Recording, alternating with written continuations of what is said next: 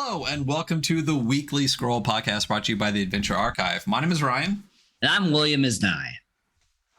And with us today is a very special guest. It is Aaron motherfucking King. Woo! How you doing this morning, Aaron? I'm good. How about you? Just wonderful. Not tired at all from work or anything. Yeah.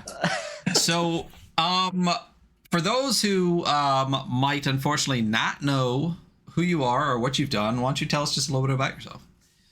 Yeah, my name is Aaron King. You can find me on Twitter at AaronMFKing. I write role-playing games and run a lot of role-playing games, and I co-host a podcast called RTFM, which is a book club for RPG books. So we read a book every couple weeks and record a little podcast about it, and we have a fun little Discord. You can find that at rtfmcast.com.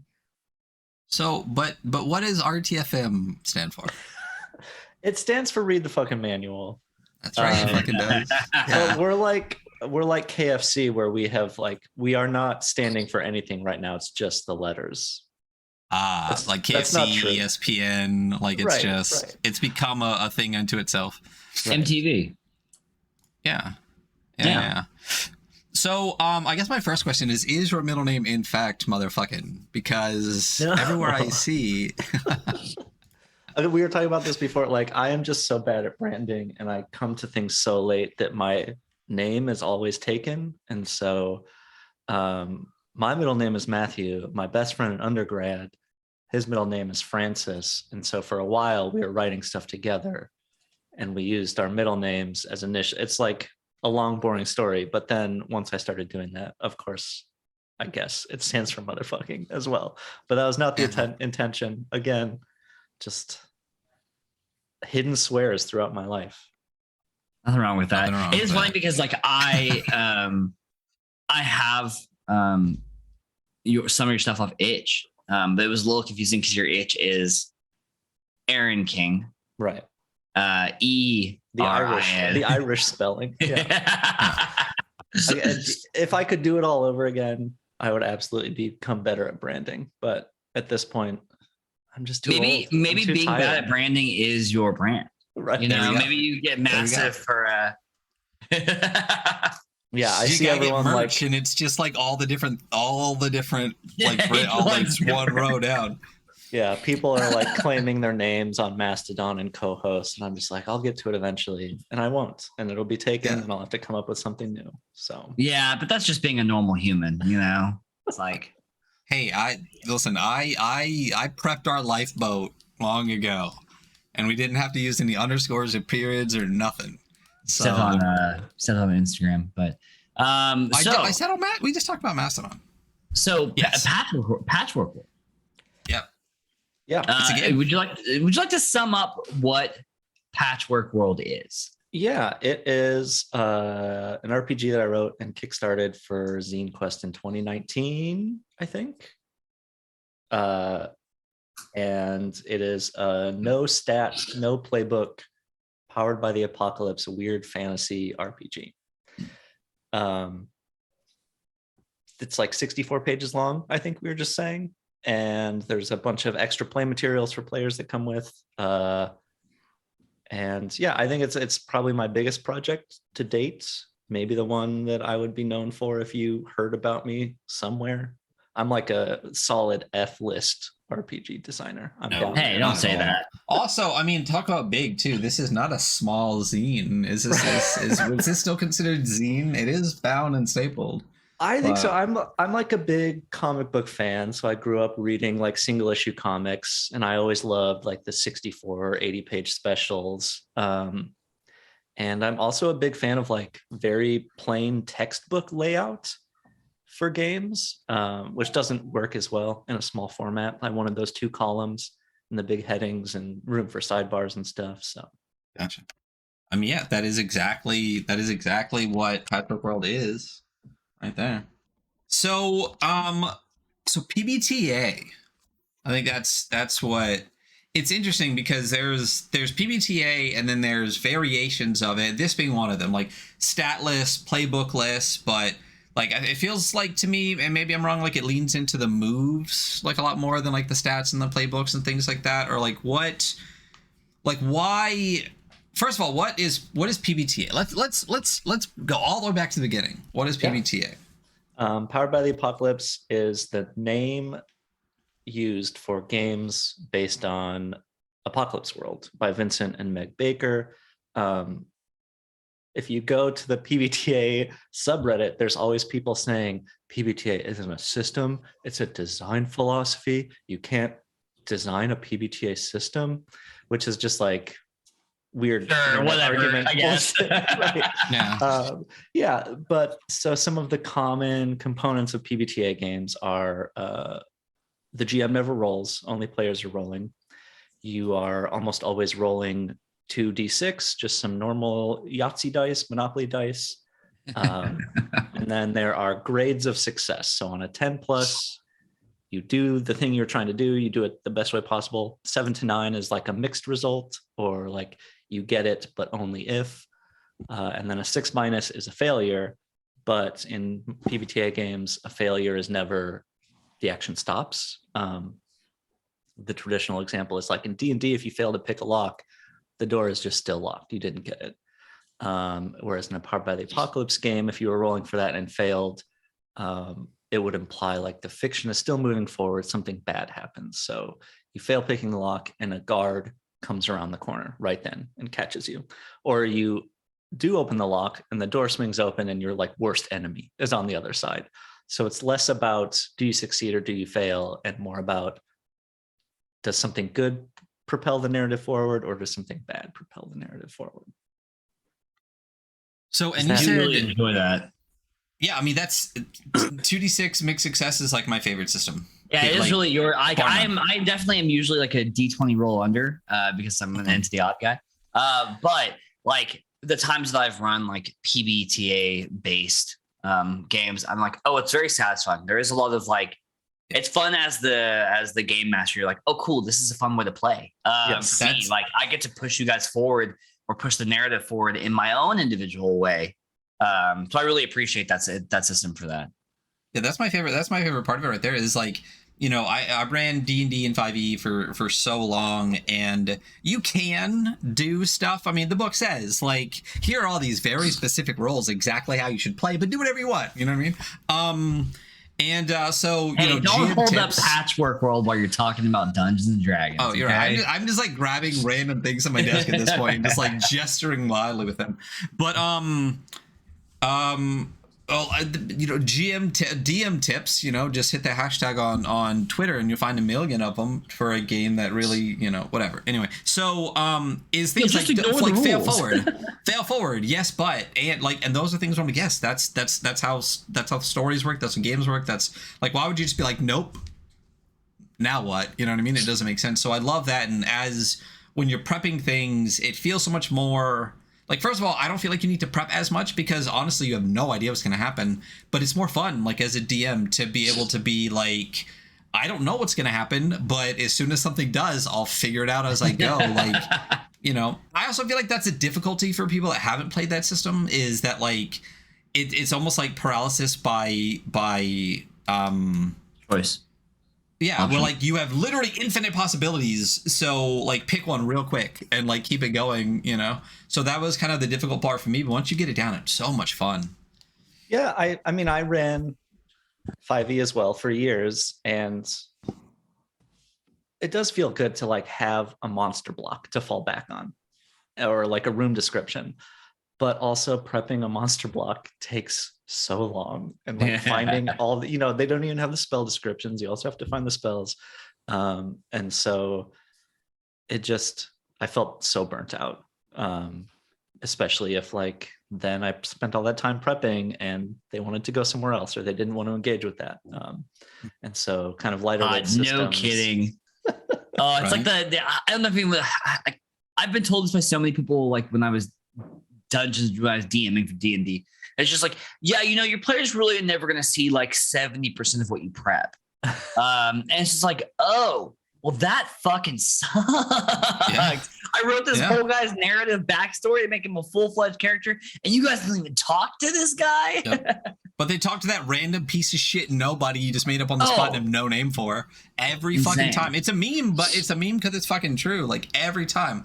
It literally got to a point where I was just like, Bob, Ted, Bill, you're just gonna get like a 3 or 4. I don't care if it doesn't fit. His name is Bob, and in the next campaign, the next one you reach is Bob. And my players learned if it's like Bob or Bill or whatever, this person does not matter. Please stop like engaging with this part of the story that's fucking my stuff up. So Patchwork World, like it is like a PBTA game, but it's also like this very, very good guide to running like a story game, like a narrative game, to like actively building a narrative like as you play with your table. Are you more so like my table currently is like a dungeon crawling, like, you know, they're gonna die and they don't invest a lot maybe into the story a lot of the time. Are your tables mainly more like narrative and story driven and character driven? So I started running 5e like as it was coming out, when the Player's Handbook came out, and it was like Stranger Things and people were suddenly curious about it.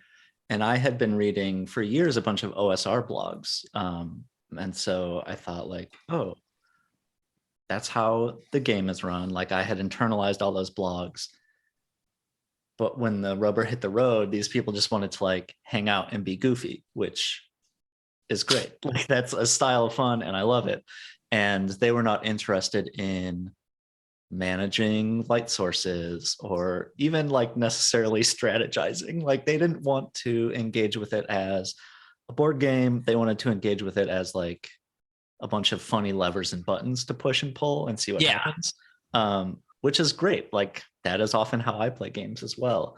And so Patchwork World, really a lot of its genesis was like, I want to write a game for these people that I'm playing this game with every week. Like we played for 6 or 7 years, roughly every week or so. And it really did kind of show the limits of 5e as something that was helping me every week. Like I did not feel helped. I did not really, it took so much time to make it do what we wanted.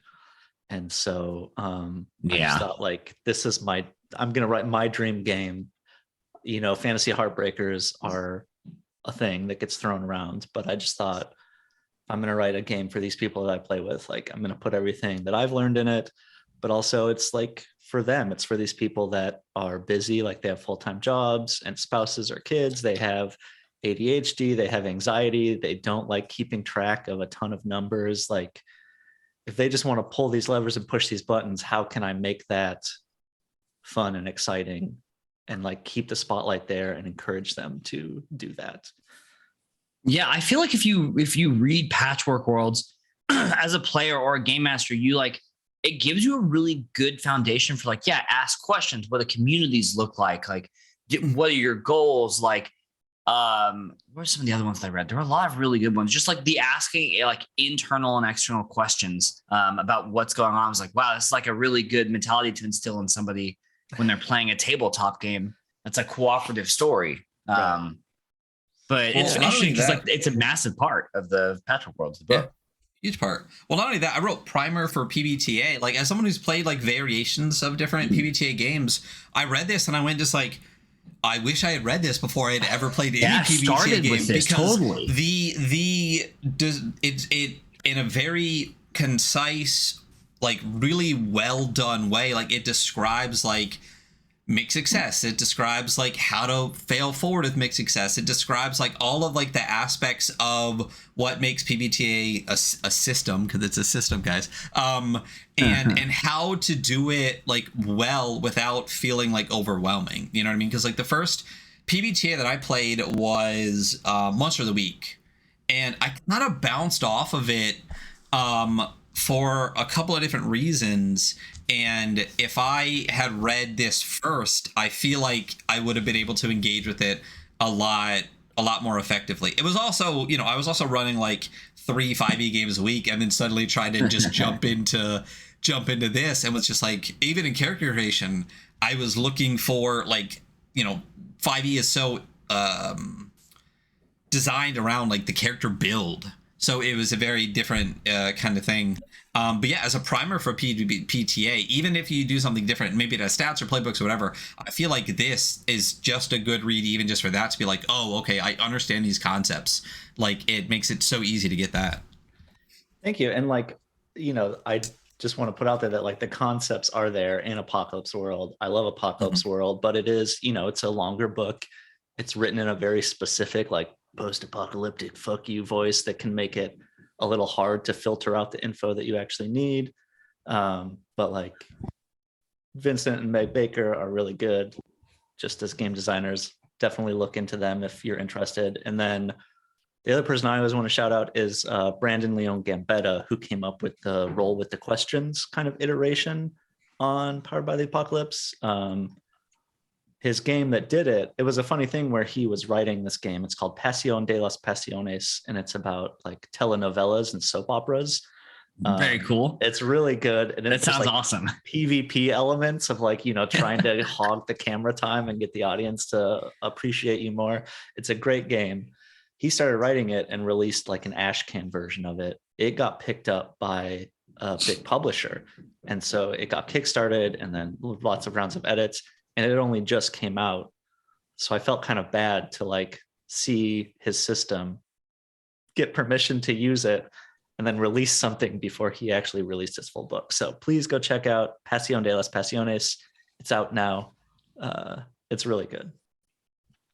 I mean, that sounds awesome, because the only time I really see like a lot of the telenovelas is we have like the one Spanish channel in America, I'm talking about. I can't remember what it's called, but sometimes at work, I work in a hospital, and I'll swing by, and that's exactly what we get, is like the telenovela. Like, you can see the very classical soap stuff going on, and I'm like, damn, I wish I had paid attention a little bit more in Spanish class in high school and college, and like all of like my job where I've had to speak Spanish. So Magpie Games picked it up. Yes. That's good. It's a big deal. It's a great game.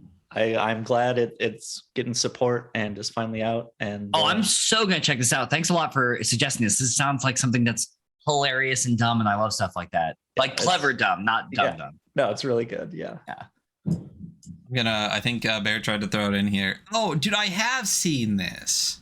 Here, let me throw the link, because I think anyone besides us, it just comes up as like 3 stars. So yeah, we threw the link in the chat. But yeah, one of the things that I really like about this, and one of the reasons when like I said, I bounced off of Monster of the Week. One, because it's just not really my genre. I'm like very one-dimensional. I like fucking mud, blood, edgelord bullshit. I really do. It speaks to my soul and it frees me. But so like, just like the whole kind of like hunt a monster kind of thing didn't really do it for me. But the basic moves was something that bothered me, that I think like I took like an instant dislike to. It really did bother you. Oh my god, it still bothers me to this day. Like, and for no real reason, but like I don't necessarily hold a grudge, but when I don't like something, I'll just like cut it out. I felt so I was like, this system feels like it's so wide open. I have infinite possibilities, except I have these like 6 or 7 moves in front of me, and the way, I don't know if it was like the way the GM was doing it, or it was specifically Monster of the Week, and if it's different than Apocalypse World, because I'm gonna be honest, I've never read Apocalypse World. I felt like everyone at the table was like, okay, I can do anything I want, but I have to speak in the language of these moves and describe it in a way that fits within these 7 moves. And I was like, I hate that. Like, I can do anything I want, except I have to fit it within these like 7 like a genre, like archetypes of moves or whatever. So people wouldn't even be like, well, I want to do this. They'd be like, I want to kick some ass, like, by doing this. And I'm like, why? So that is one thing that really kind of drove me away from it. And Patchwork World doesn't really have that. Was there like a distinct choice to be like, let's not be contained by this? Because you also got rid of stats and stuff too. Like, what made you want to do the variations of Patchwork World versus like the other, like the maybe like the post PBTA Patchwork World versus like the PBTA of like Apocalypse World? Yeah, I think there's like a first wave of PBTA games like Monster of the Week, like Dungeon World, that were just kind of like, we're going to do this, but a different genre. And it didn't quite benefit from like a full.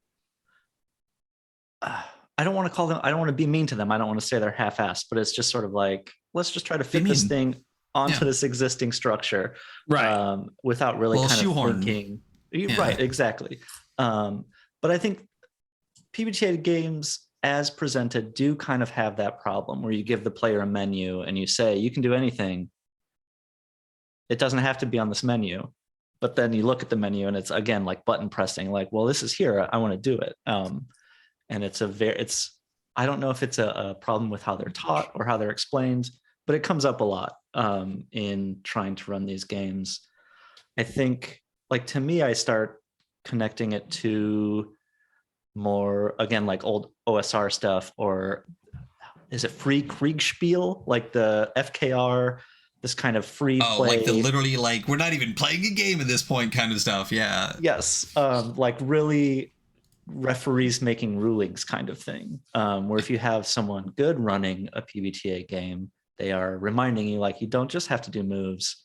And then if someone says something, I think that a hard idea for a lot of people is if someone says something and it's not covered by a move, sorry, my upstairs neighbors, I don't know what they're doing. I don't know if you can hear it, but anyway, like if you do something and it does not trigger a move, the person running the game could just say, cool, it happens, you do it. And I've played games with people and they're like, wait, what? I don't have to roll?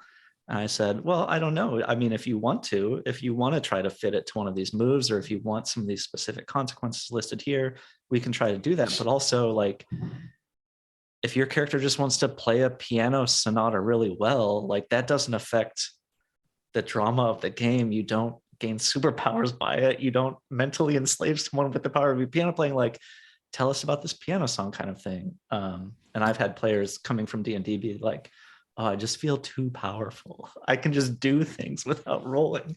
Yeah, I don't have to roll to see the room around me, you know? And so, yeah, I think a lot of those problems come from like certain play cultures, and just it's hard to move from I'm rolling perception, I'm rolling insight, that I don't trust the DM, they're going to spring something on me, to a more kind of cooperative, like, we're just all trying to have fun here. Yeah. Well, you know, I like moves. Like, I don't hate them. I think, I think how you use them is important. Like, I've played Broken Worlds, which is the Kill 6 Billion Demons, the webcomic that I constantly talk about. It's that PBTA. Yeah. And so there's like a move list, and it's all stuff that's very thematic for that universe, that puts you very much like in the narrative of that universe. But like, if you're like, well, I want to do this, I'm like, well, that fits this move. And I guess if it doesn't fit anyone, who cares? I'm just gonna let you roll 2d6 and we'll see how it goes. Maybe I'll give you a modifier if it seems something like within your character's, like, you know, realm. But yeah, the hardcore PBTAers would tell you, don't do that. If it doesn't trigger I would not listen to them. So if it doesn't trigger a move, you never roll. You just, you know, and it's again, like, the different play cultures are very strange about certain things. I think that's that's kind of part of the problem too, a little bit, is a couple of things. Like, first is that concept, right? The PBTAers that are like, it's not a system, but you have to be very specific to exactly the system, right? And like, so when you're like, you have to do it in this very specific way. Like, I remember, didn't people get all freaking up in arms about Dungeon World and be like, that's not how you do this. Like, that is not a real, whatever. So like, I think the other problem is, like, you know, there's a lot of finesse to it, and I feel like a lot of that finesse comes from the DM and comes from rules language. And we've talked about a lot on the podcast before, where the language in which a game uses to explain things, whether it is overtly or more subtly, whether it influences the way people play the game. It's like fifth edition, for example. Like, it says you don't have to use minis, but gives you 5-foot squares for fucking everything. That's right. You don't have to, but here is exactly. So yes, you do. Like, that's the thing. And it says, here are these very specific, very strict rules that we even go to Twitter to to officiate because there has to be a specificity to it, but here's a page on page 3 that says do whatever you want, play it however you want. That's just not how it works. Like, the language in which a game is written influences the way in which the game is played. So like, when you have this language for PBTA that says like, here are 7 moves, right? And when you do something, you roll if it triggers one of these moves, but also you can do anything you want. There's like, but can I? You know, and that's kind of why I've kind of started moving away from even liking roll tables, because what I would find a lot is it's like, make up any character you want, but here is a roll table of 3 roll tables of 6 things. People will always just roll on the roll tables, and you end up with the same 6 things over and over again. It's like, well, how about we just do a list instead, so people don't feel the need to roll on it, which gives them a solution, which is what they then will use. Let's just give them a list, and maybe not all have 6, maybe 6 and 1 and 5 and 1 and 7 and 1, and people will be like, oh, there's more. I can do more to it.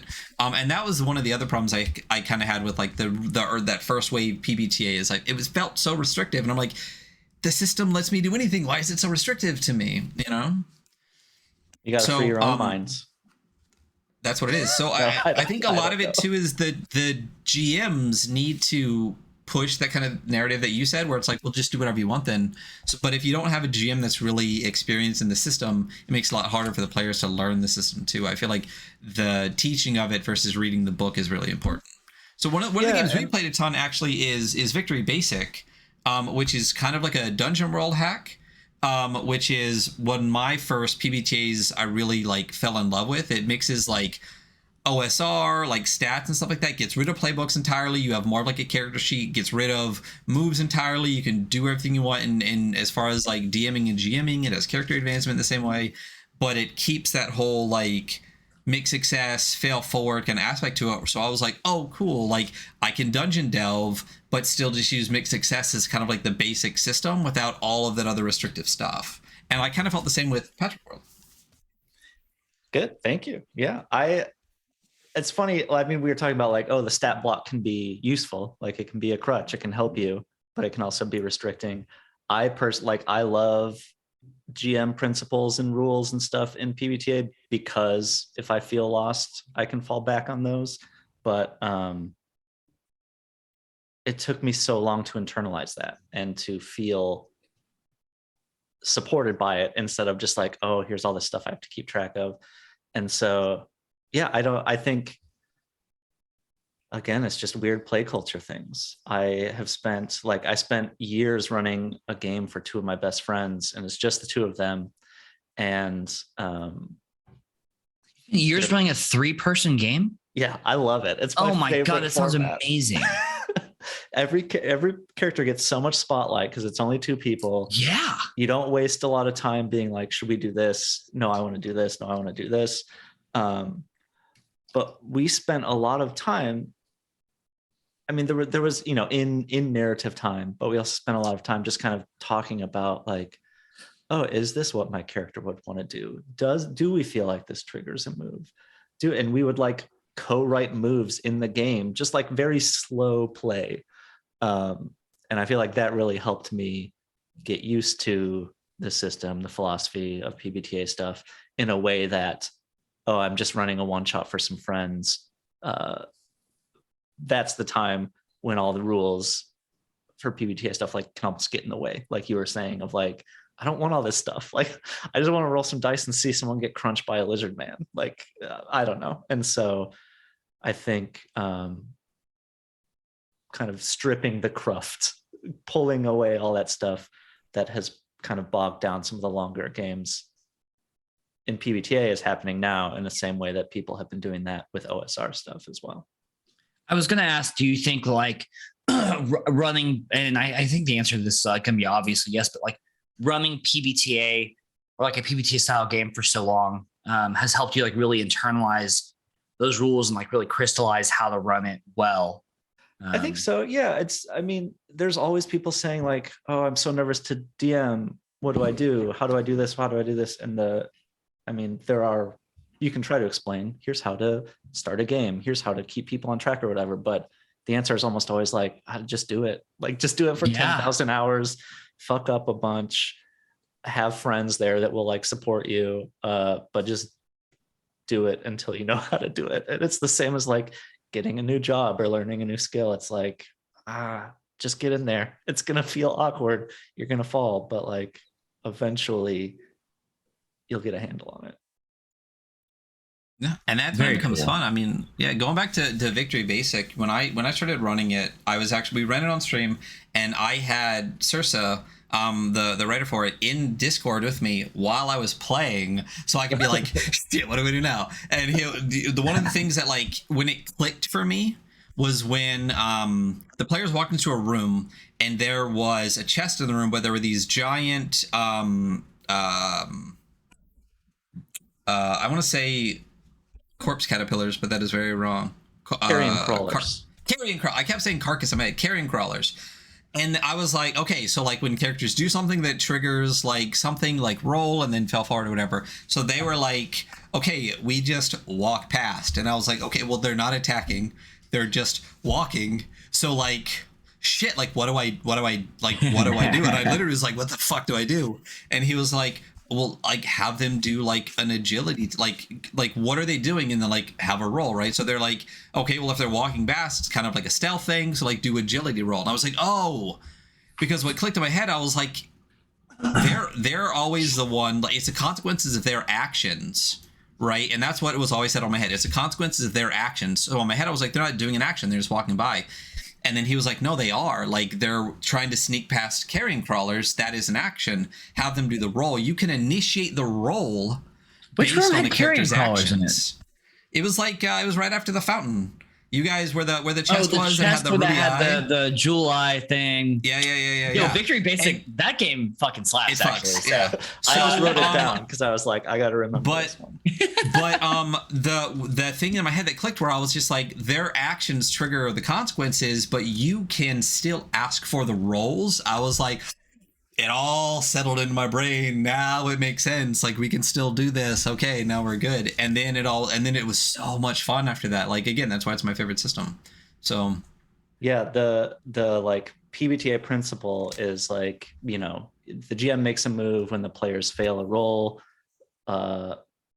or when they look to you to see what happens. So if the players are like, oh, we're in this room, what's in here? That's when the GM can make a move. But the one I love is when they give you a golden opportunity, which is just like, oh, these players are just casually walking through the dungeon. That's a golden opportunity. Time to like introduce to them now the potential dangers of this dungeon. Like you do not actually get to casually walk through. You kind of, you know, you hint at future badness. You say like, oh, you see a corpse in front of you, the last idiot that tried to just like saunter down here, you know, and then that can snowball. And but it is, like you said, it's like, wait, what the fuck? There's no, I don't roll an attack. What am I supposed to do? It's a weird hump to get over for sure. yeah. Yeah. But yeah, I mean, I highly encourage it. Once you do get over that and it clicks and you feel comfortable, if you're the kind of GM that really likes improv and really has, like Hunter was one of my players in the game and he's a great player, when you have a good group of players and you really enjoy I'm a total shit player. Yeah. But when you really have a good group of players and you enjoy the interaction and like the banter and like the playing off of each other, like that's when you're like, oh man, like you can't have more fun, in my opinion, as a GM than this kind of system where stop. I'm running a game right now. I don't need to switch games mid game, darn it. Maybe you do. Yeah. Hey, listen, I'm just saying real quick, that we might have had a Christian Sorrell in chat saying he would really love to play some Patchwork World, so we might need to set something up. All right. I'll do little it. Creator cut. There you go. So switching gears from this like very PBTA focused talk, the Patchwork World, the actual setting. Can you kind of talk about what the Patchwork World is and your inspiration for like its origin? Yeah, because it's like a very interesting like conceptual setting, you know. Thank you. I'm anti lore, anti setting. I don't like telling other people do this here. And so I mean, growing up, I was a big fan of Planescape for Advanced Dungeons and Dragons, which was very much like, oh, you're in a fantasy world, but now you can go to hell, and now you can go to the magical forest where all the animals talk, and it's just like limitless possibilities. Yeah, I mean, I'm a big fan of the Infinite Staircase. So Yeah, it's just like such a fun setting, and like here's the infinite plane made of gears and the weird little meat robots that run it. Just the idea that, you know, you could open a door and fall through and be somewhere completely different was always really cool to me. And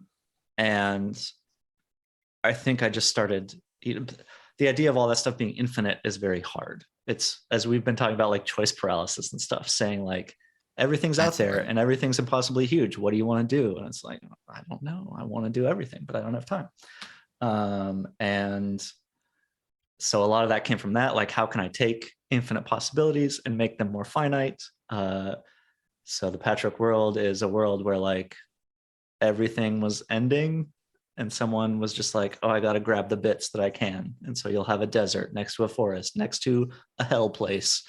And a lot of that just came from, too, like living through Trump and like living in Minneapolis during the uprisings and stuff, of just like, things feel really bad. Things feel like they're ending. But like, what then do we choose to like focus on? And how do we pick what we want to save or focus on in a time when things feel impossible to like maybe think of a good future? Right. So there's a lot of that in there. And also just a lot of like, I don't want to be committed to politics in a castle. What if I get a bug up my butt to do a desert adventure? Yeah. I can just do it now. Like, there's a weird place over there. I can send people to that. And again, just like OSR inspiration, I love the idea of hex crawls. And you know, there's all those fun tables in old D&D for like, here's the river monsters, here's the swamp monsters. And Yeah, totally. I wanted to use them all. I wanted to get a chance to visit all those different places. Here's the dinosaur place. Great, ride a dinosaur. Next session, we're doing a river run on a raft. Like, and so that's what my intention was in running that setting. Like, I ran it for years. And, you know, there is the temptation to say like, here's what I ran, here's the world, here's the lore, here's the rules, here's the people there and the places. But again, I hate those really long lore Bibles.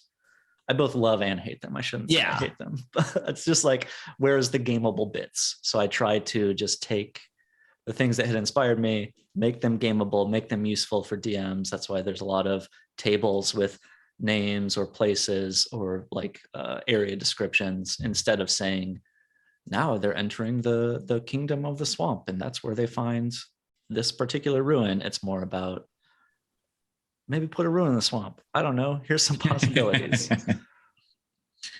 Very cool. Yeah, it's there are a lot of appendices in this book that are like, I mean, they're not. None of them are like, it's all appendices. Yeah, none of them are insanely long, and they're all like, yeah, very gameable. Very like, I can just look, roll, and we got it. You know. Yeah, I also just like I think, like, as someone who likes to read, like, I love lore, but when you're at a table with players, like, it's really like they're most of the time they're not going to read your lore Bible. So I think this whole like Patchwork World's laid out, and like you understand that it's a bunch of different stuff and it changes it constantly, and like even places you've been already can change when you go back. Like, I really appreciate that, and I was like, that's a fun way to like play a game for people who are going to buy in enough to enjoy that, you know. And again, like, I love the super realistic gritty dungeon crawling. I just don't have the play group for that. I don't have enough friends that are like, yes, we can get down on this, time to do it. I have friends who are just like, who did we talk to last session? I don't care anymore. You know, like you were saying, like, where's this? We talked to that blue guy. Let's go visit him. I'm tired of this castle. I'm tired of this town. Let's go somewhere else. And just like, I wanted some tools to support people just like being a flibberty gibbet and kind of doing whatever they want. And so I get to do that. And I am lucky enough to have other friend groups that will try different games with me. I've been getting into DCC. I love, you know, some of that crunchy, dirty stuff as well. And speaking of other games you've written for and written, first there's, I mean, still kind of within the PBTA realm, you've written some stuff with Adam Vass for Babes in the Wood. I was a consultant. um, Adam is super nice. Gave me one of my first freelance jobs, like in the industry. We met just before the pandemic at Big Bad Con. It was super cool. I got to see him recently when Law Dispute was coming through Minneapolis. We got some vegan fried chicken. But Babes in the Wood is super fun. I liked running it. I've run it a few times. And when he was doing the second edition, we just like kind of sat down on a call and talked through some stuff. So I don't know that I technically wrote. Well, I did. No, I wrote a little section for it. No 36 from outer space. Yeah, it was in like there's like a little like All Hallows zine. I'm literally looking at it. Right, it says by Aaron King, AaronKing.h.io. No 36 from outer space. That came later, but when he was kickstarting the second edition, we got to just hang out and chat about kind of just what we're talking about of like, what's the philosophy here? What's the moves? What do you want people to do? And just had a really nice like download and talk about that. My long 2-player game, we started with Apocalypse World. They were on like a ship that was going through space forever, eventually crashed. And then we did a bunch of little vignette games to like establish them on this new world. And one of them was a few sessions of Babes in the Wood, where these kids are like celebrating the landfall holiday a year later. And they're on this, still kind of new planet, creepy, going through the woods kind of stuff. And so big fan of Adam, about to run some cyber metal soon. Big fan of Babes in the Wood. Yeah, we're all big. I'm not wearing, I had I'm not afraid to die shirt that has fucking Snoopy on it with it. I was wearing it the other day. Oh yeah, that's the other one. My friend's like, what is that shirt? I'm like, it's amazing. Don't question it. Yeah. So, yeah. Well, even this one, I'm like, it's a fucking baby with barbed wire and it has nowhere on it that say anything about World Champ or Adam, but it fucking fucks. Like this shirt is awesome. World Champ Game Co. Check it out. Yeah. Oh yeah, we have declared many times this is an Out of Astan podcast, and we will not back down from that. So and not only that, a game with like I guess a little bit of an interesting story behind some of it is Speedrun is another kind of like big game that you put out. So the game that Chaosium does not want you to play. Right. It's funny because I remember like seeing it, and then I was like, okay, don't forget to download this. It's in like one of 30 like screens on my phone, so I went back to it and it was just gone, and I tweeted you, or like I messaged you and was just like, hey, I was trying to download this game and it's just gone, what's up? And you're like, it's gone. Baby's first cease and desist. It's a badge of honor now. Speedrun is so RuneQuest is a classic RPG. It's kind of the second RPG, people might say. It is Bronze Age fantasy, like ancient world fantasy. And I really like it. I like RuneQuest. But again, my friends will never play RuneQuest because it's like, there's no classes, so it's hard to make a character. It's hard to, you have to visualize it from the ground up. There's hit locations. So every time you hit someone, you maybe have to dodge. And then if you hit them, you have to roll where you hit them. And there's different hit points for each arm and leg. Like it's just this crunchy game, simulationist game. But I love the idea of like this, something set in the ancient world, like before even history as we know it, where people are like learning to forge new metals and running around in sandals, and there's no nation. Like it appeals to me that there's like no superpower. You're just stuck in your clan, your family and stuff. And you call on the power of the runes to do magic, and everyone knows a little bit of magic, and there's like a midwife that can heal your broken bones or whatever. And so I thought, well, I'll just make a little game, a little demake, as Will Yobst calls them, of like, how can I get what I love about this game to my friends that have ADHD or whatever? And so I made this game called Speedrun, and I used some runes from RuneQuest, but I was putting it out for free. I thought it would just be like, when people put Mickey Mouse on a zine or whatever, like I'm not infringing on their product. I'm not, I would want people to go buy RuneQuest Adventures to run in Speedrun, but I guess someone narked on me, and I got a cease. They sent a cease and desist to itch.io, and they took my game down. Well, congratulations on the cease and desist. You know, like, hey, what a solid moment. You know, real punk rock. But I fixed it. It's back up. Sans runes. There are no rune fonts in there. You'll have to use your imagination to think about what these runes look like. But yeah, it's a really fun game. I just finished running like a full. It's a seasonal game, so there's 5 seasons, and each season you do an adventure, and then you have a downtime action. So time passes very quickly, and I just finished my first kind of full year campaign running for some people, and it was, I think, a lot of fun. I think it's a good game. It's super enjoyable. I really like it. I mean, I don't know how to describe it besides that. Like, it's I've never played RuneQuest. I've never read RuneQuest. I don't know anything about RuneQuest. But as soon as I read this, I was like, I would play the shit out of this game. Like, this is really great. And it's really interesting because, like, you know, I've started trying to catch up on your podcast a little bit, and I remember the episode where, I don't remember whether you said it or whether Max said it, but specifically was giving you shit about like not liking lore, and I was just like, oh, that's interesting. And then I remember like Patchwork World, where I'm like, what's great about Patchwork World is how little lore is there, but how easy it is to build on it. Like, it's just kind of do whatever you want. Here is, you know, kind of the pitch for it, and then just go. And I felt like Speedrune does another thing too. And again, I've never read RuneQuest, so I don't know if it's just like the parts of RuneQuest or whatever, but it's like these like 5 concepts, that's about the lore, and now go, and then you have the seasons and stuff like that. I really love how, you know, even though you say you're like not a lore fan, like how you distill it in such a way that like you still completely understand like the setting and what you're going for without having, you know, something that's like, you know, 500 pages long. Yeah, and I don't want to talk shit. Like, for me, it's the joy of like when you first see Star Wars and you're just like overwhelmed with all these cool alien freaks. And then you like go get a novel about it, and it's like, we're going to spend 50 pages on this one alien freak, and he's like a dad. I don't know. It's just like when you start to develop that lore, it's almost never as good as what you first imagined. And, you know, I spent my time as a teenager, like reading Star Wars encyclopedias. It was a joyful experience for me. I don't want to besmirch anyone who does anything like that or enjoys that.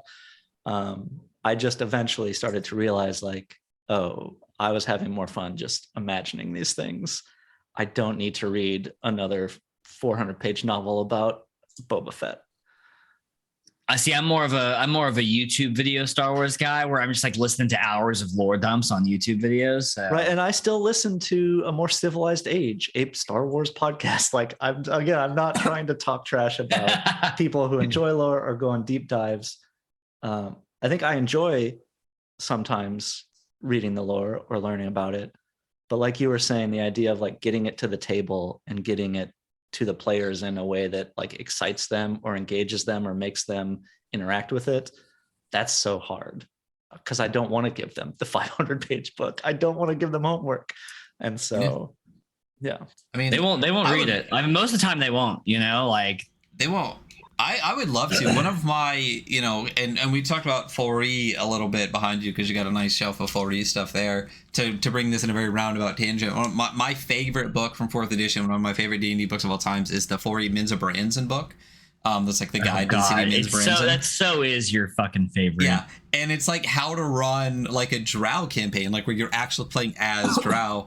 And like I love a lot of the R.A. Salvatore writing, but I hate Drizzt with so much deep passion.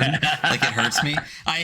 Because I also hate Superman. I feel like both of them are very like flat characters that will like always win and always do the right thing, and it just irritates the shit out of me.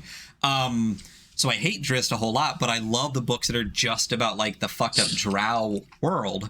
So after I first met Hunter, this is years and years ago, I wanted to run a game, and I wanted to run people that have pretty much never played any type of D&D before. Some of them had, some hadn't, as like an evil drow campaign. And I'm like, they're not going to get this. But I was like, if you would just read these 3 novels, I read the lore binder you made for us. So. I did, and I still have one. I literally have like binders I made. Oh yeah, I still have them. Of course I do. I would love to run the campaign eventually.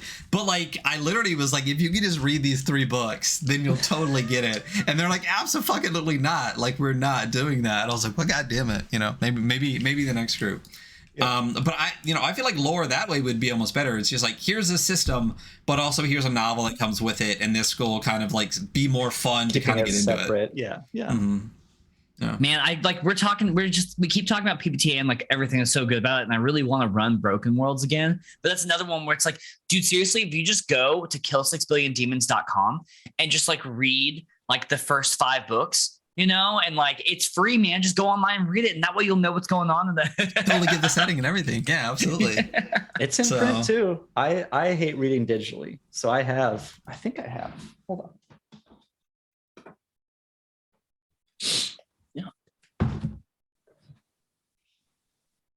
It's in print. You can get it.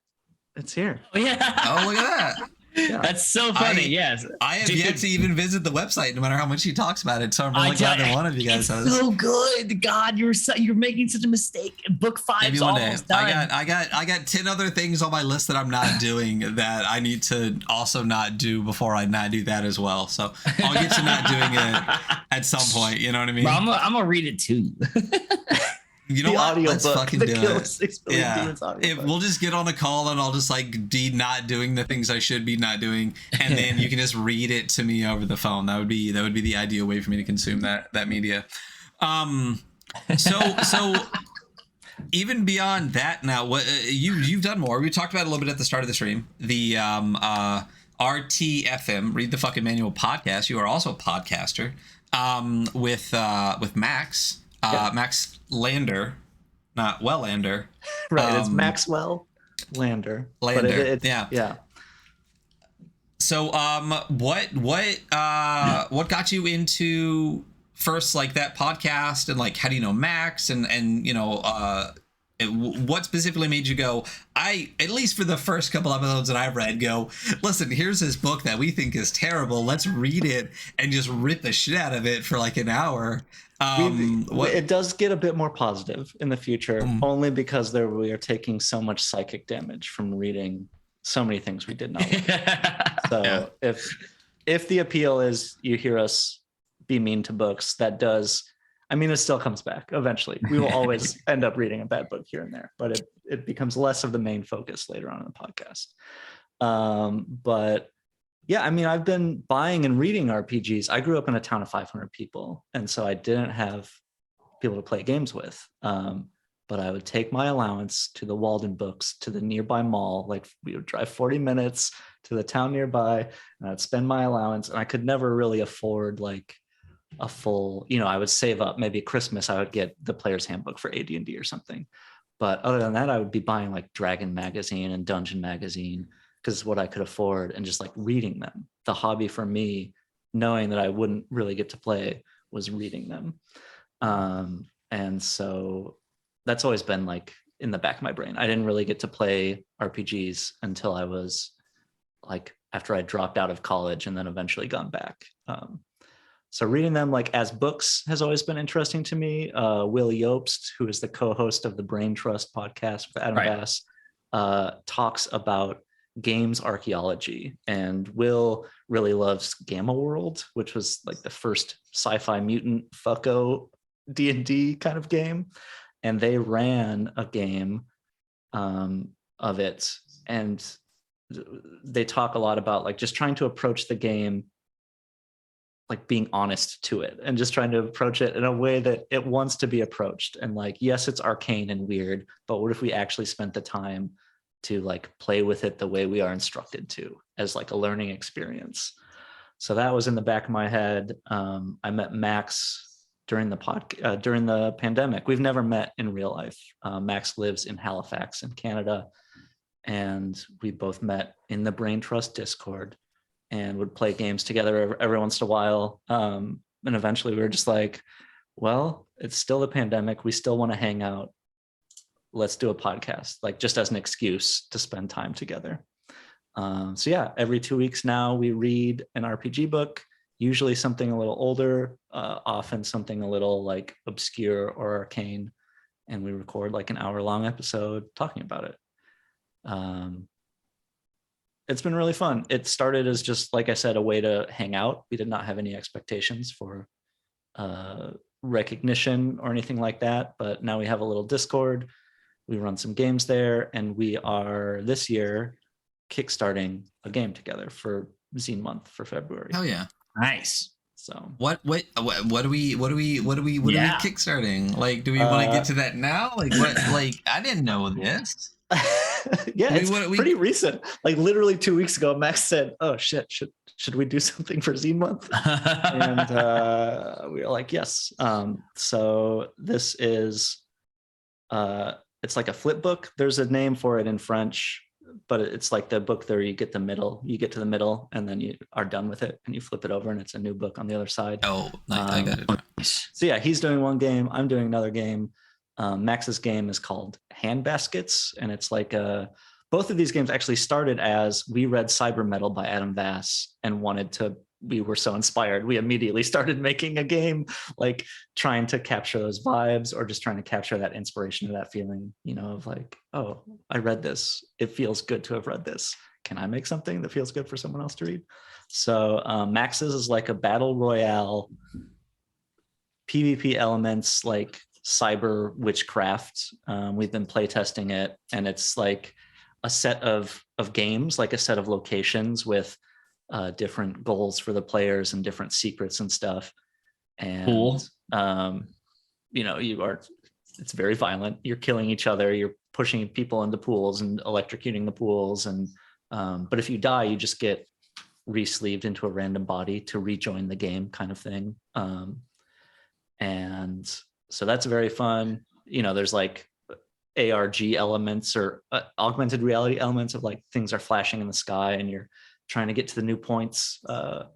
I've never played Fortnite, but I imagine it's like, what if Fortnite was cool? What if Fortnite had demons and like a lot of gore? Hey, listen, plenty of 12-year-olds will tell you Fortnite's cool as shit. It might be cool. I'm old. I don't know. But yeah, I mean, drawing from like Battle Royale, Squid Game, stuff like that. So that's Max's contribution. And then my side is, it's called In a Mirror Brightly. And it is, again, like I wanted to make a game that was like The Matrix, or also The Invisibles, the comic by Grant Morrison and a bunch of artists, or the old World of Darkness game Mage, The Ascension, which is such a cool idea of like, oh, these people kind of wake up and see reality as it truly is and can affect it. But the game system, just like in my experience, does not support any kind of fun play for me, Mage, The Ascension. So right, this is my demake of that, and it's just about being in a little cell of cyber magic weirdos, trying to fight the man and keep the bug lord apocalypse from coming, and also, just being a weirdo at the same time.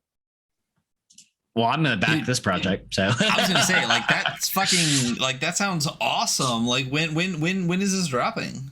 Like, when does it start? When does the funding start? Funding starts February 1st. Dope. Okay. The character creation rules for my game are up for free at inamirrorbrightly.card.co. Card has 2 R's. Card is like a free website thing. So you can go there and even make a character and learn the rules, and read about how you can be a filth eater. Or I'm looking at all the weird, I'm like, did I write this? You can have a brain modem, or you can consume filth, or you can touch things and learn who last used them. Cool. Everything I wanted from a role-playing game about cyber magic weirdos, I guess. Less metal. Adam is in the metal scene, obviously. That was never something I came up in, so I don't know what music genre this is. It's probably just like shoegaze indie rock, but I don't want it to be. I don't know that much about music. I don't know.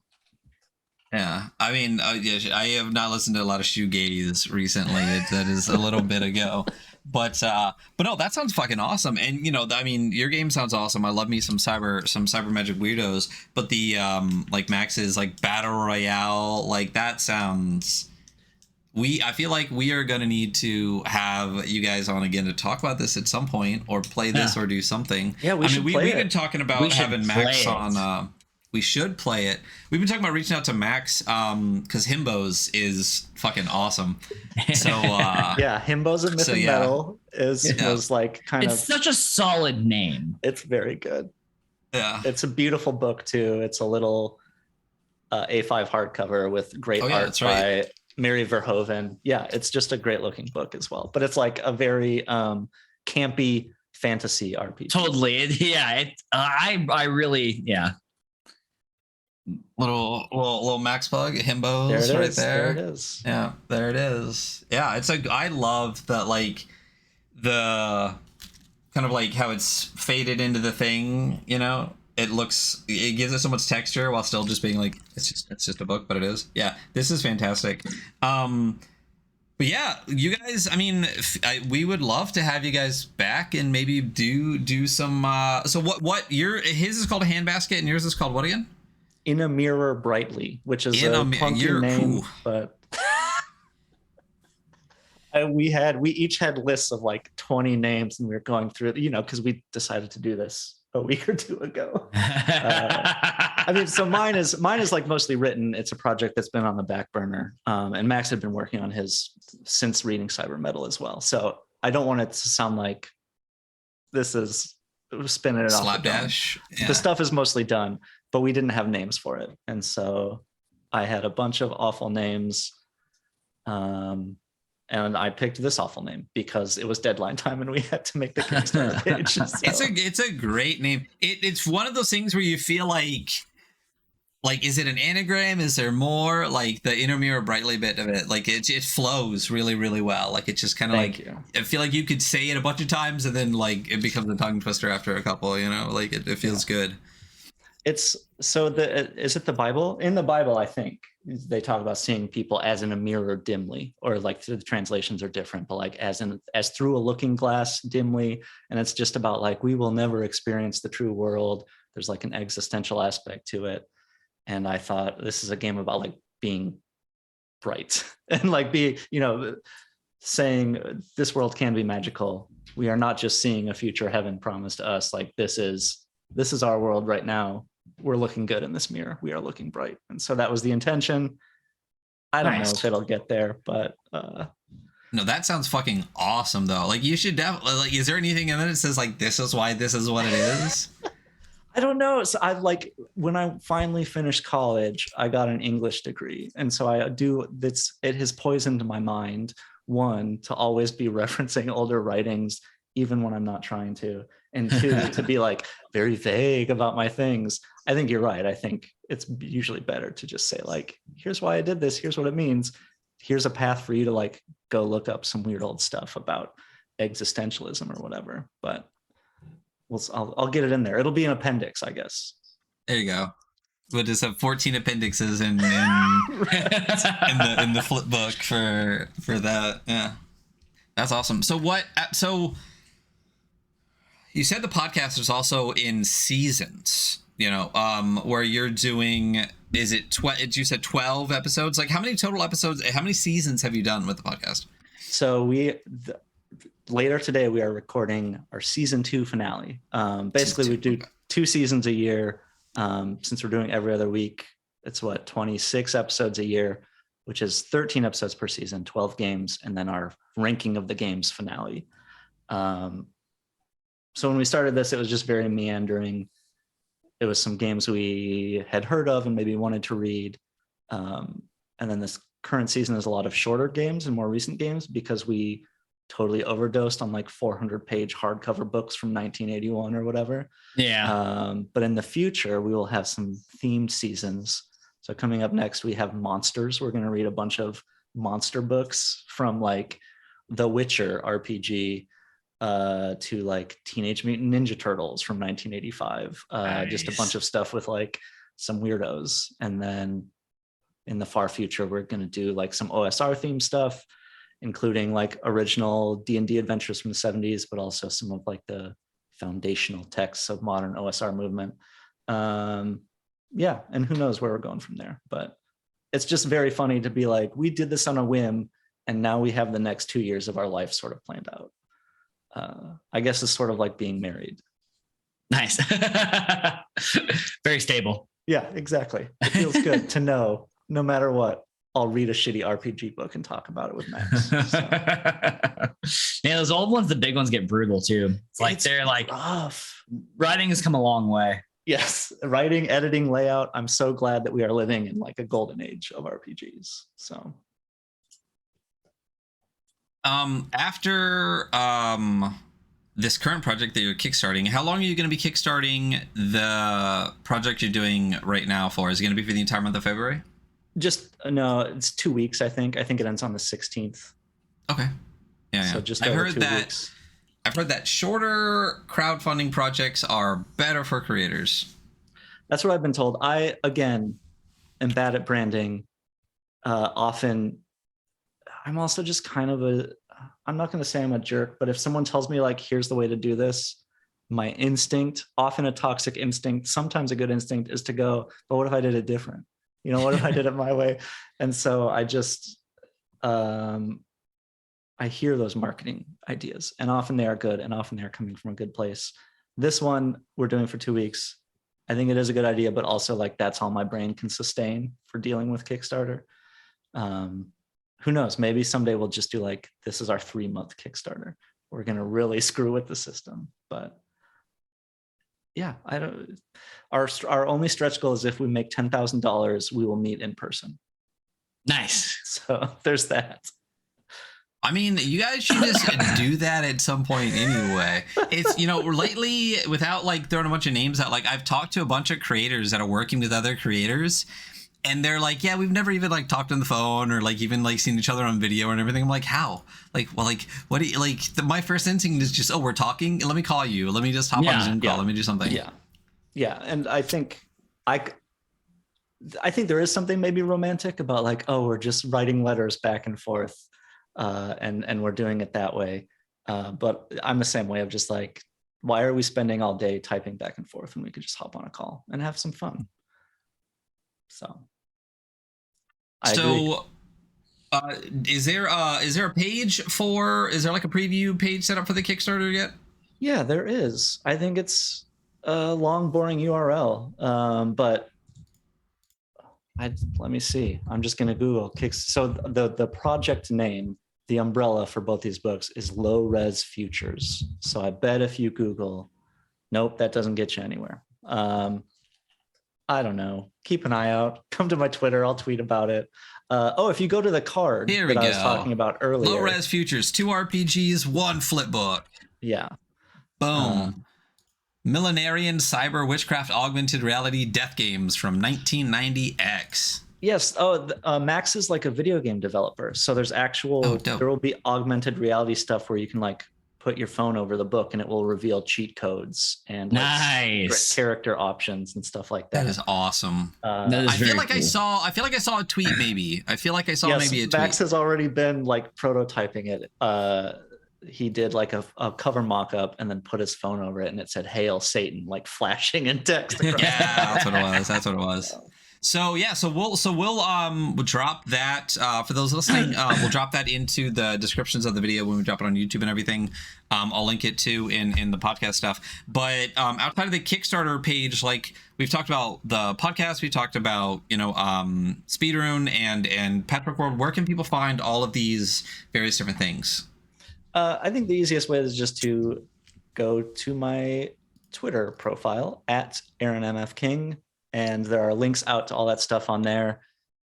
As I mentioned, I'm very bad at branding. I have changed the spelling of things. I have forgotten, sometimes I'm just really tired and I'm like, I got to sign up for this thing and I do it wrong. So find me on Twitter. There are links there to everything else. Yes. This is the Aaron version of Aaron King on Twitter.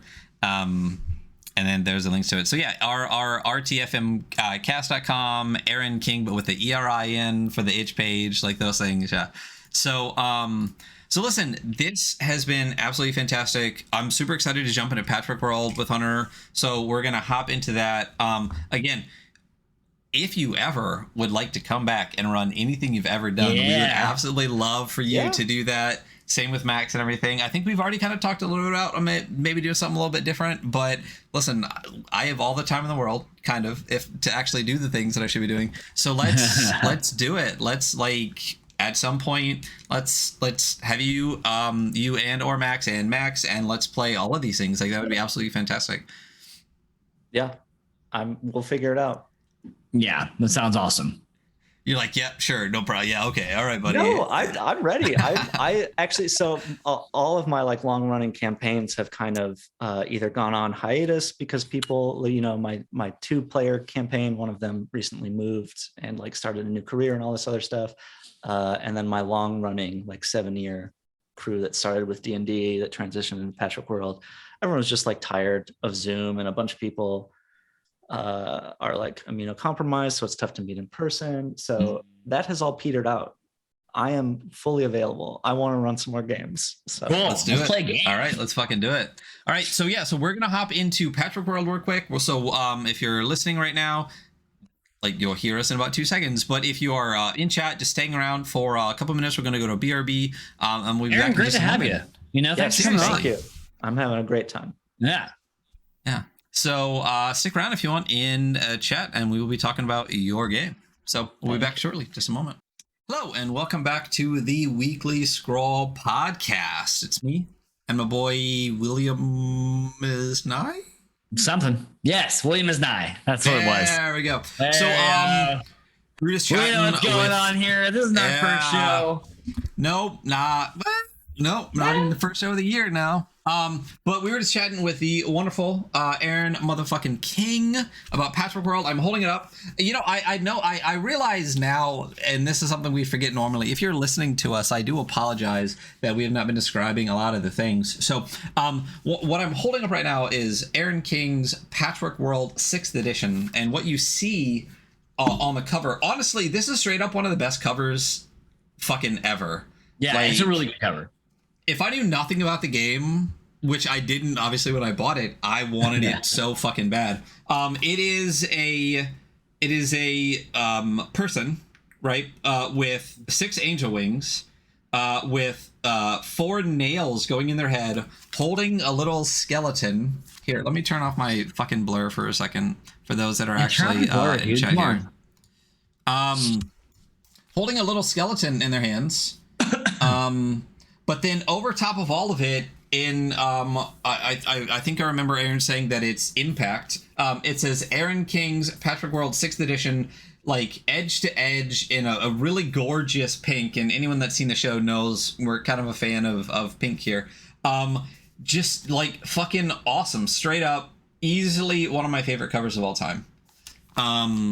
Really fantastic. But we just got a chance to talk with Aaron.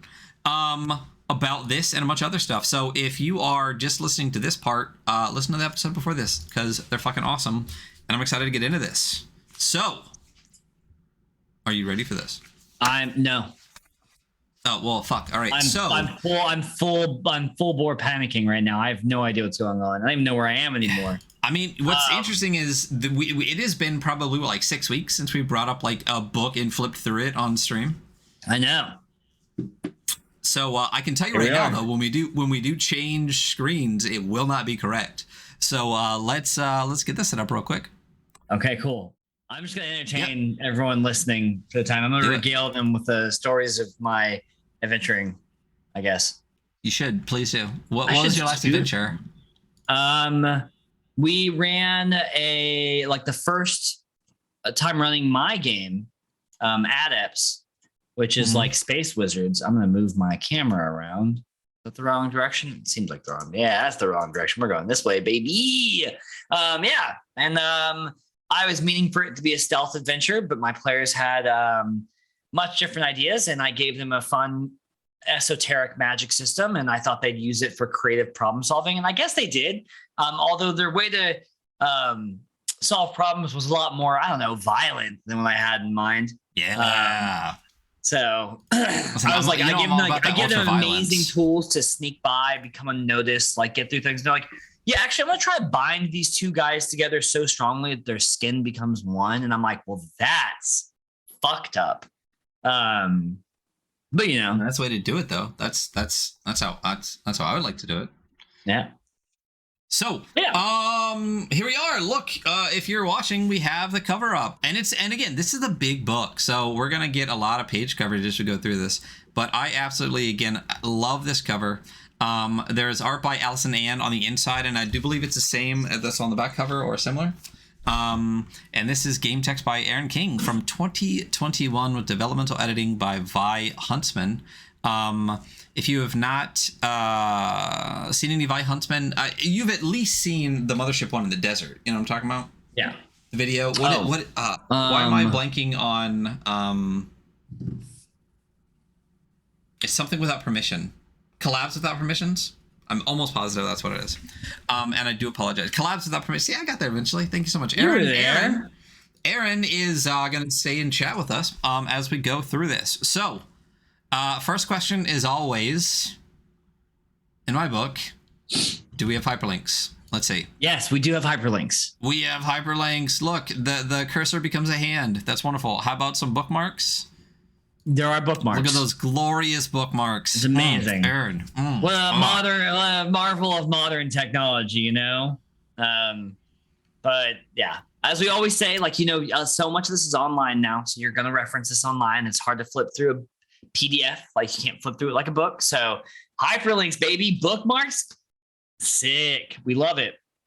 Listen, hyperlinks. I almost said something really dumb. I said I can excuse hyperlinks, but I fucking can't hyperlink your shit. Well, like, that's a fucking lie. Yeah, it was a huge fucking lie. Am I wrong that like bookmarks just kind of happen? Like even when I'm writing a Google Doc, it just creates bookmarks for me on the side. Like I feel like obviously when you're making a PDF, it's not just gonna like populate them, but I wish it would. So these are the contents of the book, breaking it down. We got an introduction to Patchwork World. We got the narrative or how to play PBTA games, which is a huge part of what we talked about in the podcast. What we want, who we are, how we live, player principles, running the game, a sample of play, sample adventures, and just one or two appendices in the back. Like an A through N, all the way in the back there, just a couple, 14. So cool. This is Patchwork World. The introduction, all the worlds ended together. Heavens and hells, kingdoms and wastelands, and everything in between. As they broke apart, the heartless princess saved the bits she could, shoving them together and crowning the resultant patchwork world with her icy city to hold it all together. The parts she couldn't save, or the parts she passed on, orbit the closed-off world in a cacophony of satellites called the Straying Quarter. The patchwork world asks, what you do after everything you know is destroyed or changed. It asks if you'll fight to make sure it never happens again, or if you'll hasten more change, learn to adapt, and help others to do the same. So, for someone that doesn't like lore, the amount of evocative stuff you can get from literally 3 paragraphs and probably what amounts to like 5 sentences is crazy. Yeah, totally. I mean, you have a very good, like, also I just think it's a cool concept, like this world that's just bits and pieces, and then around it fly the other bits and pieces, you know, like, is it so rife for like weird adventure, you know, asteroid hopping adventure too.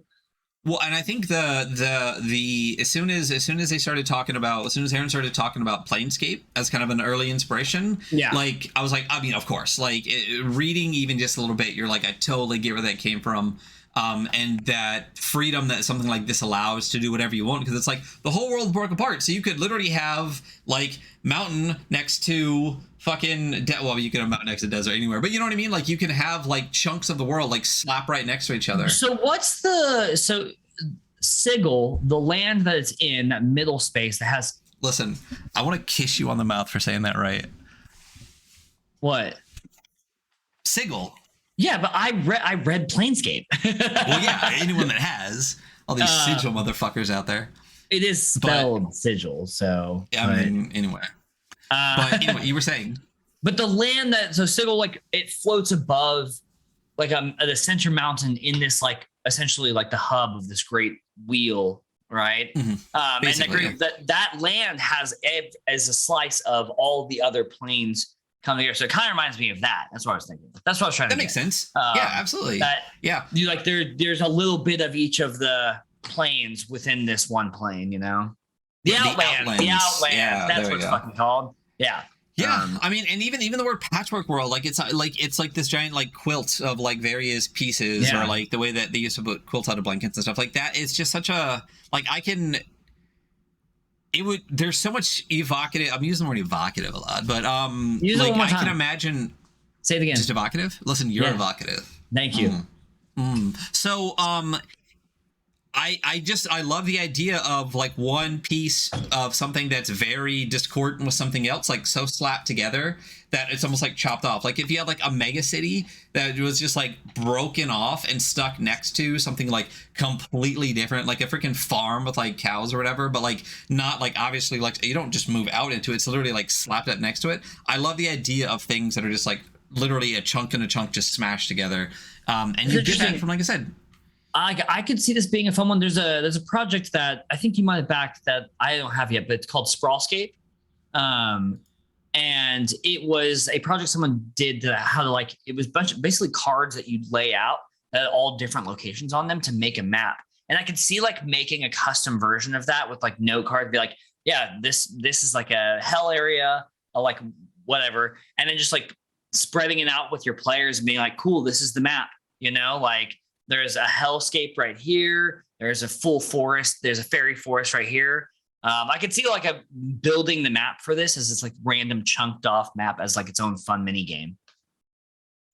I feel like I have no idea what you're talking about, but I also back a lot of Kickstarters that I don't remember backing. So like, so it's just a think very of like, real possibility. you have a stack of cards, and each card is a different type of area. Yeah, well, yeah. Well, I mean, that'd be such a great way to set up. Listen, I smell what you're stepping in. Yeah, but like that would be a great way to do it.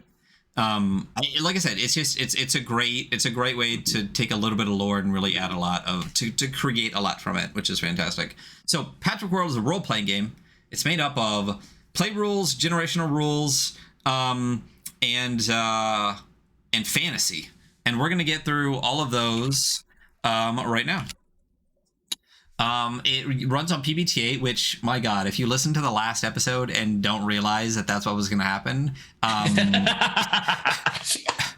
like you're genuinely not paying attention. But you're fine. So, it's a game of 3 to 5 players, but I bet you can play with more or less. Most players will play a single character, creating and developing as they play. Which I think is such an underrated thing. Like, you don't need a 10-page backstory for your player. Develop your player as you play. Yeah. You got it. It's a game. There's a GM. We'll talk about the variations of PBTA. But if you keep reading, you get an explanation of how the game works, and how to safely play with your players. If you're already familiar with those ideas, skip to page 13. We're not going to do that. We're going to cruise through a little bit of how to play PBTA games. So that's what we just got to. The narrative, or how to play PBTA games. Do you want to take over this? Do you want me to cruise? So it's funny because like I feel like we just talked about so much about this, to play PBTA games, but like it is a very a player driven game. When the players choose to do something, they roll, and that pushes the narrative forward. They make a move, and then based on how they roll that move, it allows you as the game master to put obstacles in their way, or create strife to push the narrative forward. So I guess I'll read this one. When playing Patchwork World, a player will describe what they want to do. Essentially, we'll describe a place or a situation and ask the other players to interact. The first player is the GM. I haven't read in a really long time. I'm dumb. Players interact via their characters, often by saying, like, what do you want to do? The players describe what they do. Eventually, someone will trigger a move, which is like a very mainstay PBTA, like we were just talking about. Moves are a set of fictional triggers and mechanics. When they make a move, they have the chance to fail. If and when they fail, this triggers an event that moves forward. I mean, if they succeed, it also triggers another more positive event that also moves the narrative forward. So the whole basis of this is just that, like, very player-driven moves push the narrative. And then I guess if it's not a move, they don't roll. So, Which we discussed at length. Yeah, which I don't know that I have an issue with that. Like I'm pretty good with that. I love that. I mean, that's the whole thing. Is like when you go from 5th edition where you can't scratch your own ass without rolling an agility check. That's very true. Like if what really helped me understand it is honestly the word consequences, right? So like all of your actions, all the players' actions have consequences, in one way, shape, or form, right? If the players are doing something that doesn't have like an interesting consequence that could move things forward or impact the narrative in some way, there's no fucking reason to roll. You can just do it. Like if you want to make my players roll for every breath they take. I'm just like, well, we'll see if you choke this round. Like if you want to cartwheel across an empty room, the room's not trapped or anything. You're just in an empty room. Like you don't need to just do it. Cool, awesome. Yeah. Like keep the narrative going, right? Like that's the thing. Can I see what's in this room? Yeah. Yes, you fucking can. Like I know that's funny. That's the one rule that you will. If you listen to this before, I will reference perception rules all the time when we talk about useless rolls because either you see a thing you do. If I look through a desk drawer by drawer, if there is something in that desk, I'll find it. Because I'm looking. I need to fucking roll. Well, I'm gonna miss it. How? No, fucking keep this rank going. There's 2 parts of that are great. Listen, one of the stupidest fucking things that like I am very guilty of, but also like I blame 5th edition for the shitty way that it writes its rules is like gatekeeping important information from your players with a stupid fucking roll. Like you need your players to find this thing. Oh my God. And then you put like a DC 12 check on finding it. And of course they rolled an 8. So you're like, well, what the fuck do I do now? Just have them roll until they find it? You let them roll you into a corner. You're like, well, there's no... Which is the dumbest fucking thing. So Sursa, we talked about Sursa a bunch on the podcast before. And who? When we were talking with Aaron. Yeah, some guy, Sursa Victory, makes awesome games. But like... in one of their 5e adventures, they literally wrote like, if they want to roll a perception check, like for the area or whatever, that's fine. But if they investigate a specific thing, they just know the things, right? So I think there's a part where the statue has like an eye, but if you poke it, it's like a button that does some shit, right? They're like, if they're in an area and they just want to kind of search the area, have them roll a perception check to see if they find that specific thing. Right. But if they say, well, I go look at the statue, you can just say, OK, when you're looking that you find this. You know what I mean? Yeah. So totally. Like if they're going broad, fine, roll. If they're specific, just have them learn all the shit. Anyway. I have noticed that like if you ask players, though, a lot of the time, even with like a lot of the guys at my table are new to table games. So I'm like, hey, how are you examining this thing? I'm like, oh yeah, I'm putting my hands all over it, I'm like pressing on parts of it. I'm like, oh, perfect. Well, then yeah, you realize immediately there's players are not, they're people, they'll if you ask them how they're examining a thing, they'll tell you. Sorry. But yeah. Now you got me going again. So the thing is, like, you destroy people's narrative, you destroy people's creativity with shit like that, right? Because it's like the number of times I've been like, okay, I'm gonna toss this room. Like I'm like straight up, I will search top to bottom of this room, and someone's like, "Okay, roll me a check." I'm like, "Why?"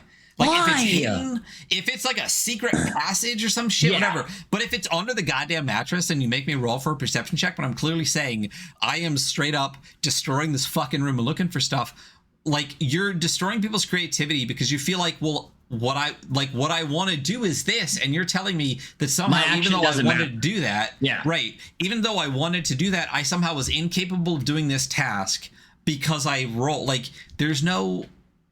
Man, I will say that like after going through Patchwork World and talking to Aaron, like I have a really rough draft PBTA game of my own that I kind of just threw together. That's definitely not done. But like I have a moves list and now really thinking about like, okay, you only roll for moves, everything else free. Like I might change a few of the moves out, like and really take that to heart. Because I think there's some necessary stuff, but really interesting conversation. Like a really great system. So Yeah, well, I mean, and again, we talked about this before too. As we get through this, I know there's a section that says like how to play the game is only like the first 13 pages, but like the whole book is a really great primer on how to run the style of games. So again, highly recommend, and maybe we'll keep reading it, and you guys will understand why. Cool. What I don't even remember where you stopped. I think roles and questions is our next one. We were really just talking about how you play PBTA games, which is what we just ranted on for Well, we ranted on how to not play 5e games, but yeah. Did you do if player characters do something that triggers a move? Where did you do that part? We did just talk about that. Okay, so this whole page is done. All right, next page. All right. This is definitely gonna be one of those where we're going to be talking around everything conceptually. A little bit. A lot. Yeah. We'll just dual rant this one. Yeah. So always feel free to ask questions or negotiate things. Some actions can potentially trigger multiple moves. Pick the one that feels best, right, or most fun, resolve it, and keep playing. There are no rules for initiative or turn order. Characters act whenever it makes sense, but after you act, ask other players if they'd like a turn. In a fight or a chase scene, it might make sense to go around the table in order. During a speech or negotiation, a single character might take the lead and narrate multiple actions or multiple moves.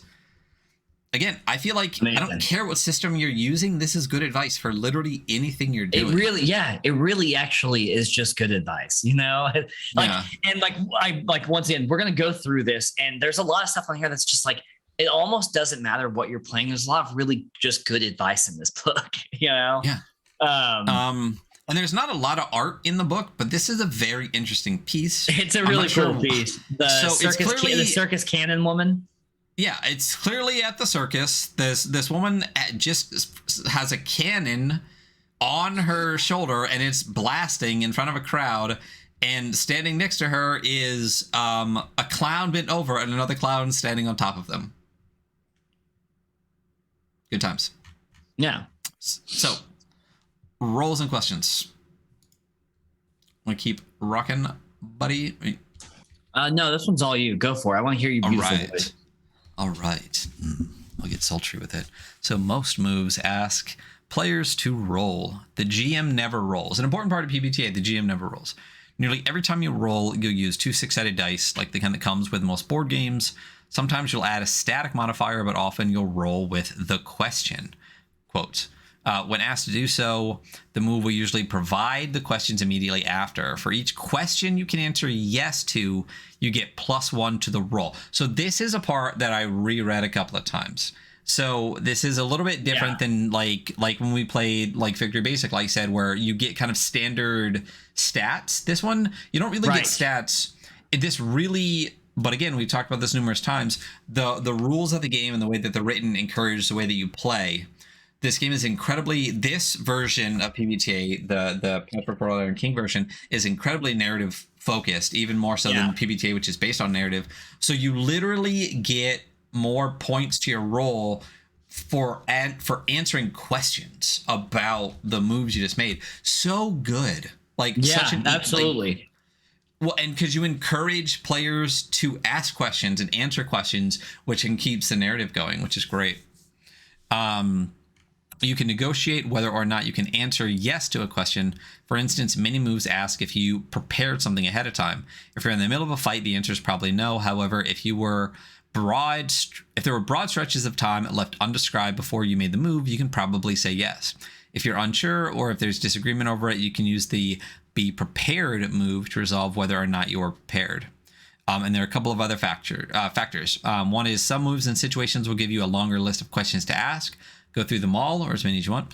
And then number 2, however, you can never add more than +2 to a single roll, except in the case of very few situations noted in particular moves. So you can't just like make shit up forever to super fail everything. And we've talked about this before. We've talked about the percentages and things like that. I'm terrible at math, but I think a +3 to any 2d6 roll gives you like a 75% chance of success.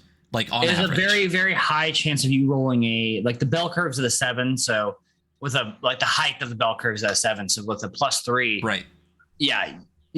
You have a very, very high probability of succeeding. Or maybe a more apt description would be you have a very, very low probability of failing completely. There you go. completely fail. It's almost impossible to completely fail with a +3. Like very, very difficult. Once the dice and modifiers have been added together, you can match results to bands of success. And this is, in my opinion, this is what PBTA and post PBTA and whatever we want to call it, because I think a lot of the PBTA fanboys will get really butthurt if you don't do exactly what PBTA tells you to.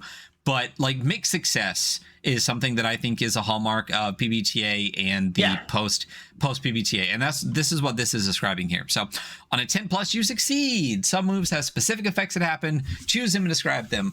Like basically, other moves have something vague, like daring do's. You avoid the danger. So basically, on a 10+, whatever you were trying to do, you get to do all of that. Like good job, you fucking get it. Right? On a 7 to 9, this is my favorite. This is one of my favorite game things ever. On a 7 to 9, you get what you want, but at a cost or complication, or you get part of what you want. This invites the GM to make moves of their own, but you can always offer questions or suggestions. A common example is of a character inching across a dangerous path high above the ground. If they roll a 7 to 9, maybe they drop something important. Do they take the time to retrieve it, or do they push on without the object? So it's kind of, it is the standard yes, but, which I love. I've been playing a lot of Bastards. I'm playing Into the Odd, like hacks, and I've really enjoyed that. But as we're going through this, I'm like, oh, I missed that. Like that was a lot of fun.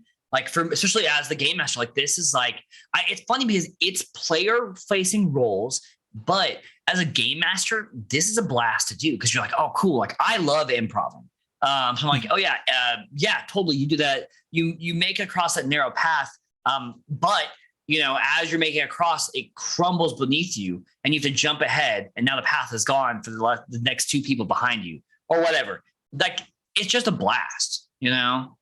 Yeah. And I think we talked about this a little bit too. Like it makes, as the GM, it makes you feel more like a player. Yeah, because when you get to make moves and you get to, like I said, like improv, bounce stuff off of people, like it really flex your creativity. It's not like, I felt like a lot of times with 5e, it was almost just like reading a script. I'd already planned out kind of everything. I'd already done everything that, you know, and then with this, like, I don't know what's going to happen. I don't know what you're going to do. When you do something and something goes wrong, something in your brain just has to go, what is a potential consequence? And like, how hard do I want the consequences to hit right now for this situation? And like personally, for my style of DMing, I'm immensely better at this than I am at having the written thing. Like the moment I write out like a script of what's happening, like, and I'm just reading that, my attention to the game is like split so I am not good at that. Like if I can just have a vague idea of where we're going and I can improv a bunch, I'm way better. So this feeds into how I want to play anyway, you know? Yeah. You know, So 80, if anyone that's listening to the podcast, if you weren't aware, I definitely have ADHD. And I'm pretty sure you have a decent level of executive dysfunction at some point in there. When I would run like VTT, I love running in-person games, right? I have a million fucking minis. Right. I got a million maps. I got colored light bulbs. I literally have like candles that smell like Dungeons and shit. I love running. But I gotta be honest, VTT for my ADHD brain is so much easier because what I would do, especially in like Roll20, is there's a layer where you can just write GM notes. It would like, I would almost not be able to see the map because I would have so much stuff written directly on it, because if I couldn't see it in bright yellow right in front of my fucking face, I would miss it. So I would constantly miss important information, where I would literally be like, I need to make sure I remember that, like, when he does this, this thing happens because it's super going to affect this later. I obviously forget. I get to the point later and realize, damn, I got off script, right? With this kind of thing, you don't need to do that at all. Yeah. Exactly like you're saying. You don't need to worry about going off script because there isn't one. Yeah, totally. Yep. Fuck totally. A script. So, yeah, we're just making shit up. Boom. So, and on a 6, and so that was 7 and 9. Mixed success, one of my favorite things ever. Love the shit out of it. On a 6-, a complication occurs inviting a GM move. Note that this does not mean you fail. Unlike in other games, something always happens after a roll. So, but I mean, you could fail, but it's no and, right? Yeah. That's how I always saw it. It's the yes button, no and. It's like you were trying to pick the lock, and like that's such a great example that Aaron talked about, where it's I was gonna point out, like, that's an amazing example.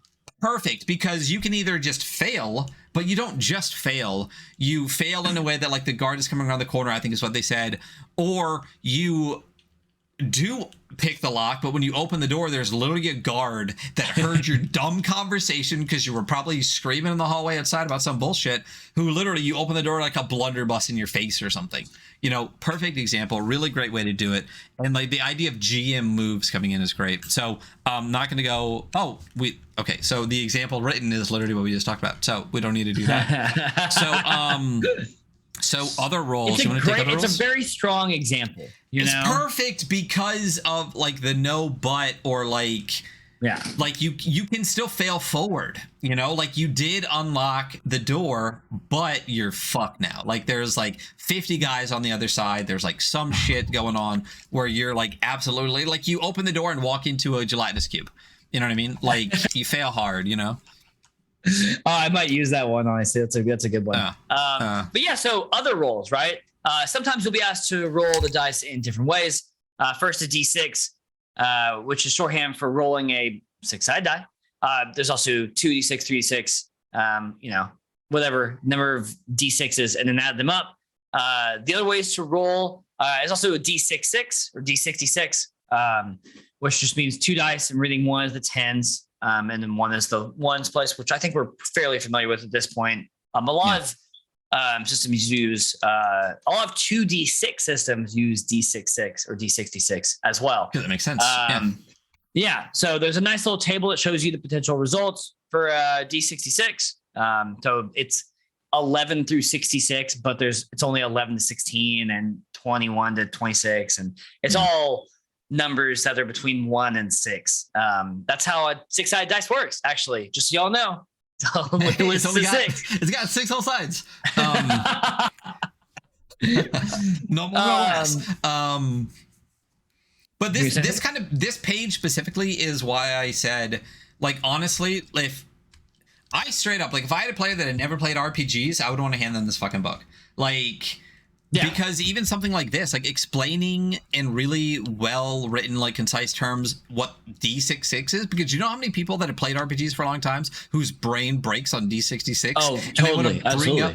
They want to bring up like a digital roll and literally type in like D66 and not realize it's a 6 and a 6 and have to put it together, like, because you're not going to get like 10, admittedly, you know, almost all tabletop RPGs up until recently have trained them that whatever number is after the D is the number of sides the dice has. So I get the confusion. But I mean, I've also read Troika, you know, and a bunch of other stuff that's like very common that, you know, D66. But yeah, so it kind of lays this out. Like the point of this matrix is to create like a larger range of options than maybe just a D6. And it's usually used for generating something, whether it be random places or inhabitants. It just gives you a wider range while still just using the core dice to that PBTA mechanic or dice mechanics. Clocks and tracks, which are great. So it's 2 different ways to track. You have clocks, which are essentially pizzas, right? It's a circle that you divide into slices. And usually as you like fail, they fill up, right? If you're in a dangerous situation, you like roll, I think it actually gives the example, you're rolling like a 9 or less, right? So like a partial fail to a full fail, you start to fill, this is like in a random encounter, you start to fill segments of this clock. And this might, you know, appear like danger is increasing. Things are getting worse as you fail. A lot of times for clocks, like if they're searching an area or doing something or like a group like narrative moment, I have a clock where it's like, yeah, you guys just do, like as they do stuff, they tell their story and they succeed, and then I fill in successes until they have 4 or 5 successes, and then they figure out whatever they're trying to figure out. I actually really like clocks, and I don't actually nearly use them as much as I genuinely really do like them. Yeah, I definitely need to use them a lot more because it's such a great way to keep track of like the concept of time without having to keep track of like actual time. Yeah. Or just like or just like mounting failures or mounting successes, how to use those to change what is happening, or the direction of where things are going. And so that's clocks. Tracks are different. Tracks are like a list of squares that you fill as things happen, right? It talks about in this one, There is a stress track, which is kind of like a negative thing your character gets. As you receive stress, you start filling it, you check off the boxes or whatever. To represent like mounting negative. But like, see, and then that's another thing is like for this one, it's like, yeah, stress, but like maybe you have like a superpower meter in your game, in your PBTA game. And every time they do something really fucking cool, they mark off track to go. Another really great tool for tracking. Yeah, it's literally just tracking like a set number of things. Like you could even do like hit points on like a monster or something like that. And when they have 6, so it's 6 boxes, and you just check off, and when all 6 boxes are checked, they're fucking dead. Yeah, it's just a great way to track. Easy, like visually, a visual way to track things. Dang, I kind of want to rewrite my game to use more clocks and tracks now, which I might do. Dude, so clocks and tracks is what's up.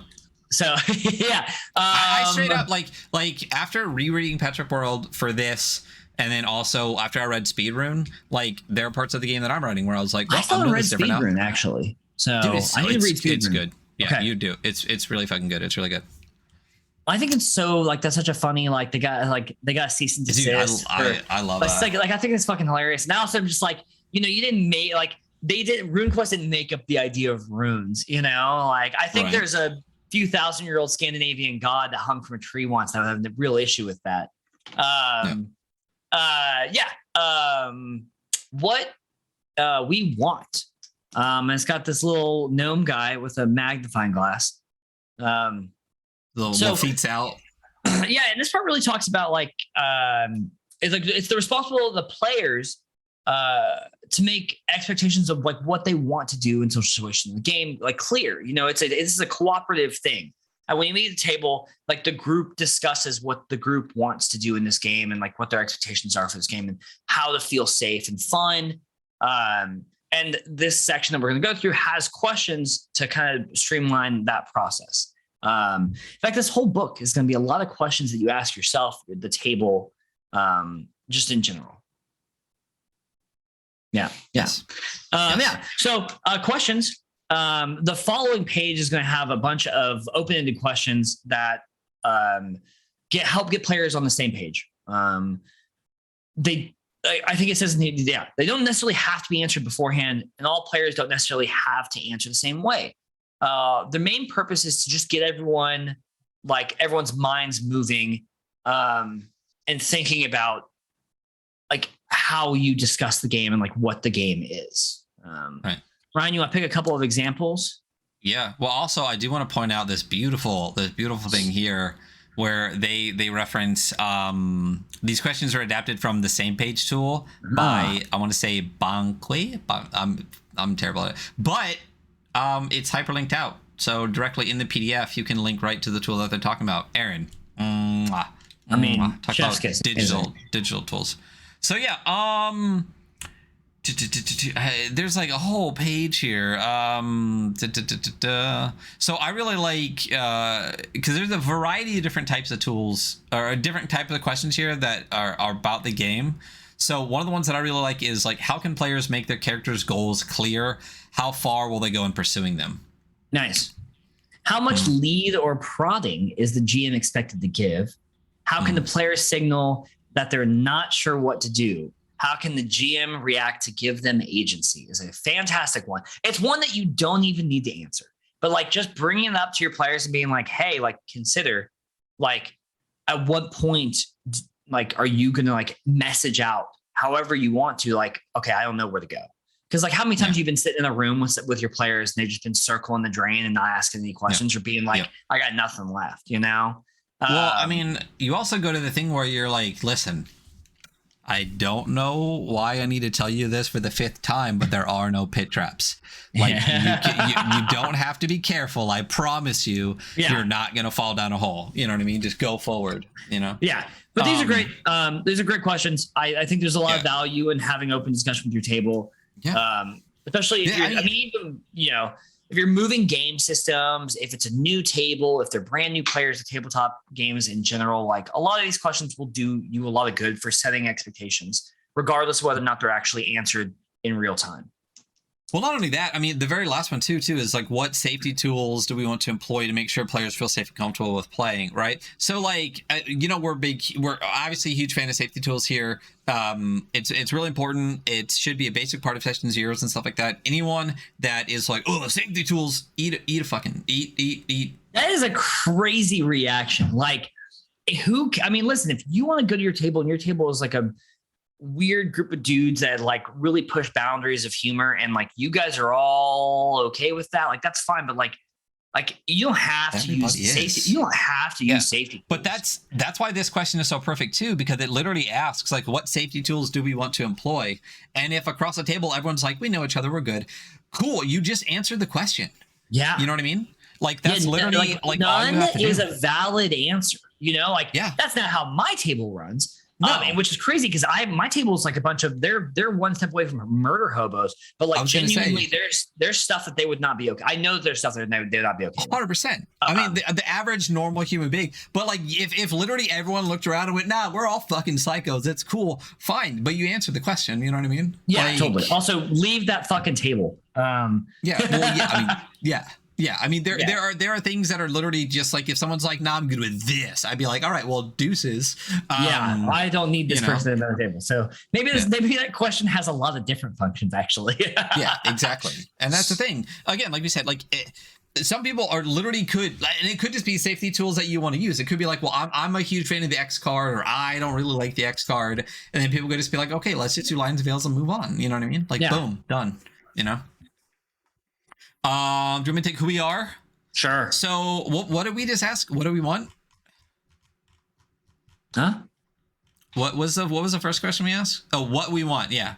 When do we want it? No. Oh, your goals. Oh, yeah, the character goals one. Yeah. So who we are. If your player group is happening. If your player group is starting a longer, I'm not tired, or like the Red Bull is definitely not running out of my system quickly. If your player group is starting a longer series of games, you'll probably want to spend the first session making characters and defining the world. Fantastic. Again, another reason this is such, I'm going to say it a million times, and I don't apologize, podcast. Another reason this is such a good primer for PBTA games and games in general. There's such a good description of just like the basics of getting a game up and going that are so well done. Some people like to define the world. Some people like to learn it as they go. There's a little secret here. Making characters is making the world. You're making disparate characters that all belong to the same community. This means that the world is packed with endless kinds of people that join together for an endless number of reasons. Since we have to start somewhere, this text will start with making characters. So we're talking about, first one is name. What is your name? But also like, the way that the names that you pick and stuff like that also helps build the world, right? So whether you start or finish here, ask what kind of naming conventions exist, which comes into the world, right? There's a lot of there's worlds out there that like everyone's last name is like D' and then something like D'Antonio, you know, like that's a naming convention that you just create across the thing. Yeah. Where characters have names we use in the real world. Do people like typical fantasy names like Fafard and Elrond? Do people go by epithets? The Grey Mouser. So for example, like when we were doing the Creative Cut with Watt the other day, like it literally, like that question literally came up where I was like Gord and the cowboy, and it was like, are you Gord the cowboy? Are you the cowboy Gord? Like what is the naming convention that makes sense? You know? And then concept. Your concept is one or more words that describe the kind of character you're angling for. This is the word I use in my game, and I was like, yes, love this, thank you, and you explained it better than I could. It doesn't limit the moves you can pick or use, but it can change during play. Its main use is a signifier for who gets to answer questions about the world during play. For instance, if a character is a fallen knight, the GM might ask their player if they know the lord of a nearby town or if they can identify a piece of heraldry. Great example. Perfect. Yeah. So feel free to start with a profession from a different game, like thief, wizard, ranger. I have no idea what a jongleur is. Do you know what a jongleur is? I don't have any idea. I bet Google does. I'm already on the Googles. A wandering minstrel, poet, or entertainer in medieval England or France. So it's a much cooler version, word for bard is what it sounds like. Yeah. Are all perfectly good concepts, but then you can also modify them a little bit. So it's more than just a thief, it's an aspiring thief, because that changes it entirely. Like you're a thief, this means you've been doing thieving, right? But if you're an aspiring thief, it means, in my mind, you're not that great. You're learning how to you're really not very good at it yet. Yeah. Jongler is a French word for juggler. Dope. Thank you. Oh, cool. Et cetera, et cetera. You get it. Or there's a list of them. So aspiring thief, a secret thief, and a failed thief are all very different things. So expanding on the concept really does help a lot with what your character is doing. I really enjoy building characters like that, like from the ground up concept characters. Being like, it's nice to get away from games where it's just like, you have a character class and like this is you're locked into what the archetypes that we've given you. It's like, no, what do you want to do, man? Like, I want to do a trans-dimensional blood wizard. You know, why the fuck not? Well, you're also not going to then find a website of like the perfect builds ranking every skill with every archetype. Like, hey. Sorry if you're listening. Aaron's saying goodbye and they are in chat, but farewell. Thank you so much for coming on. Yeah, seriously, really also, appreciate it. And this will not be the last time. This will not be the last time that you see Aaron on the Weekly Scroll podcast.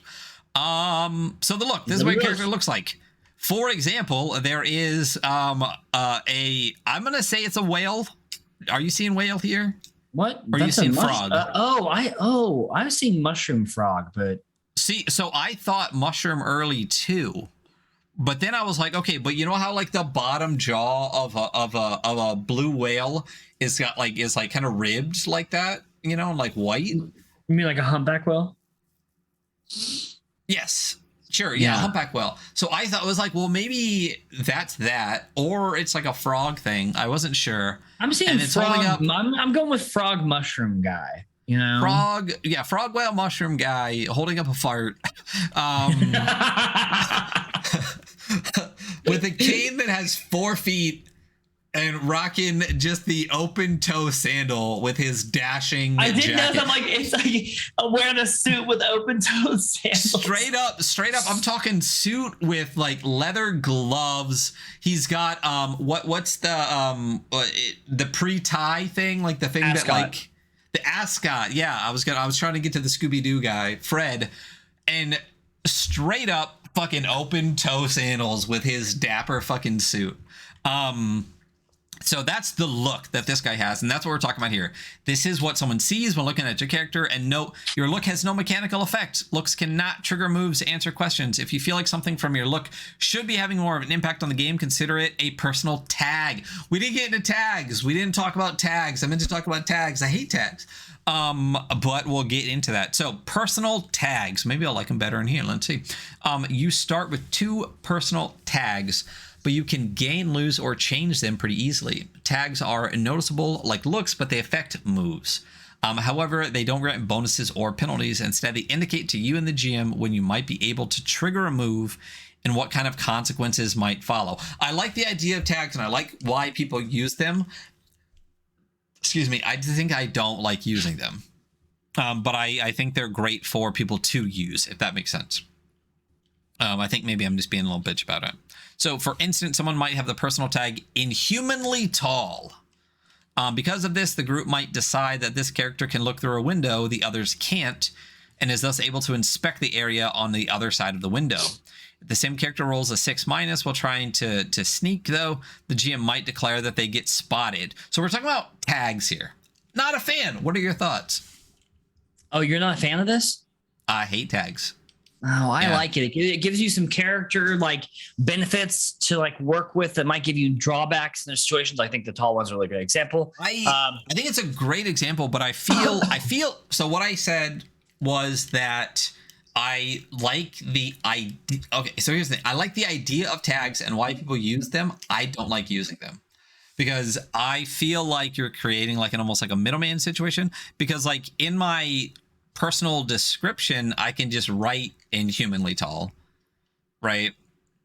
Yeah, but this gives you, but the problem is with look gives you no mechanical benefit or negative. Right. Like, and I don't see a reason to create a distinction, I think, is my problem, right? Like if I just said like I'm inhumanly tall, in the flow of the narrative, you can be like, well, you're fucking tall, go look, right? And that doesn't make me have to differentiate between two things, look and tag, and then write on a line tag. You know what I mean? I mean, tags aren't only physical. You could be like, yeah, you're a math genius. You're amazing at figuring out angles of physics, you know? And like, yeah, so I'm going to go throw this ball through this window. It's like, okay, well, cool. You're a master of like physics and angles. So yeah, of course you get the benefit of that. Right.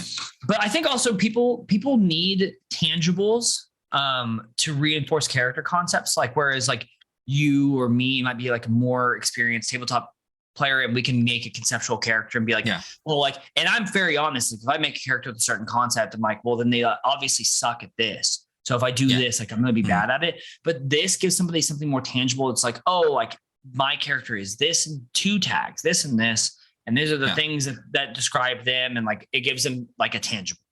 Well, and that's a great way to explain it. And that's why I said, like, I like the idea of tags and understand why people use them. I just think I personally don't like using them. I feel like you just said, like, I'm being a little douche about it, but like, I feel like I don't really need them. Oh, yeah, totally. I feel like, always.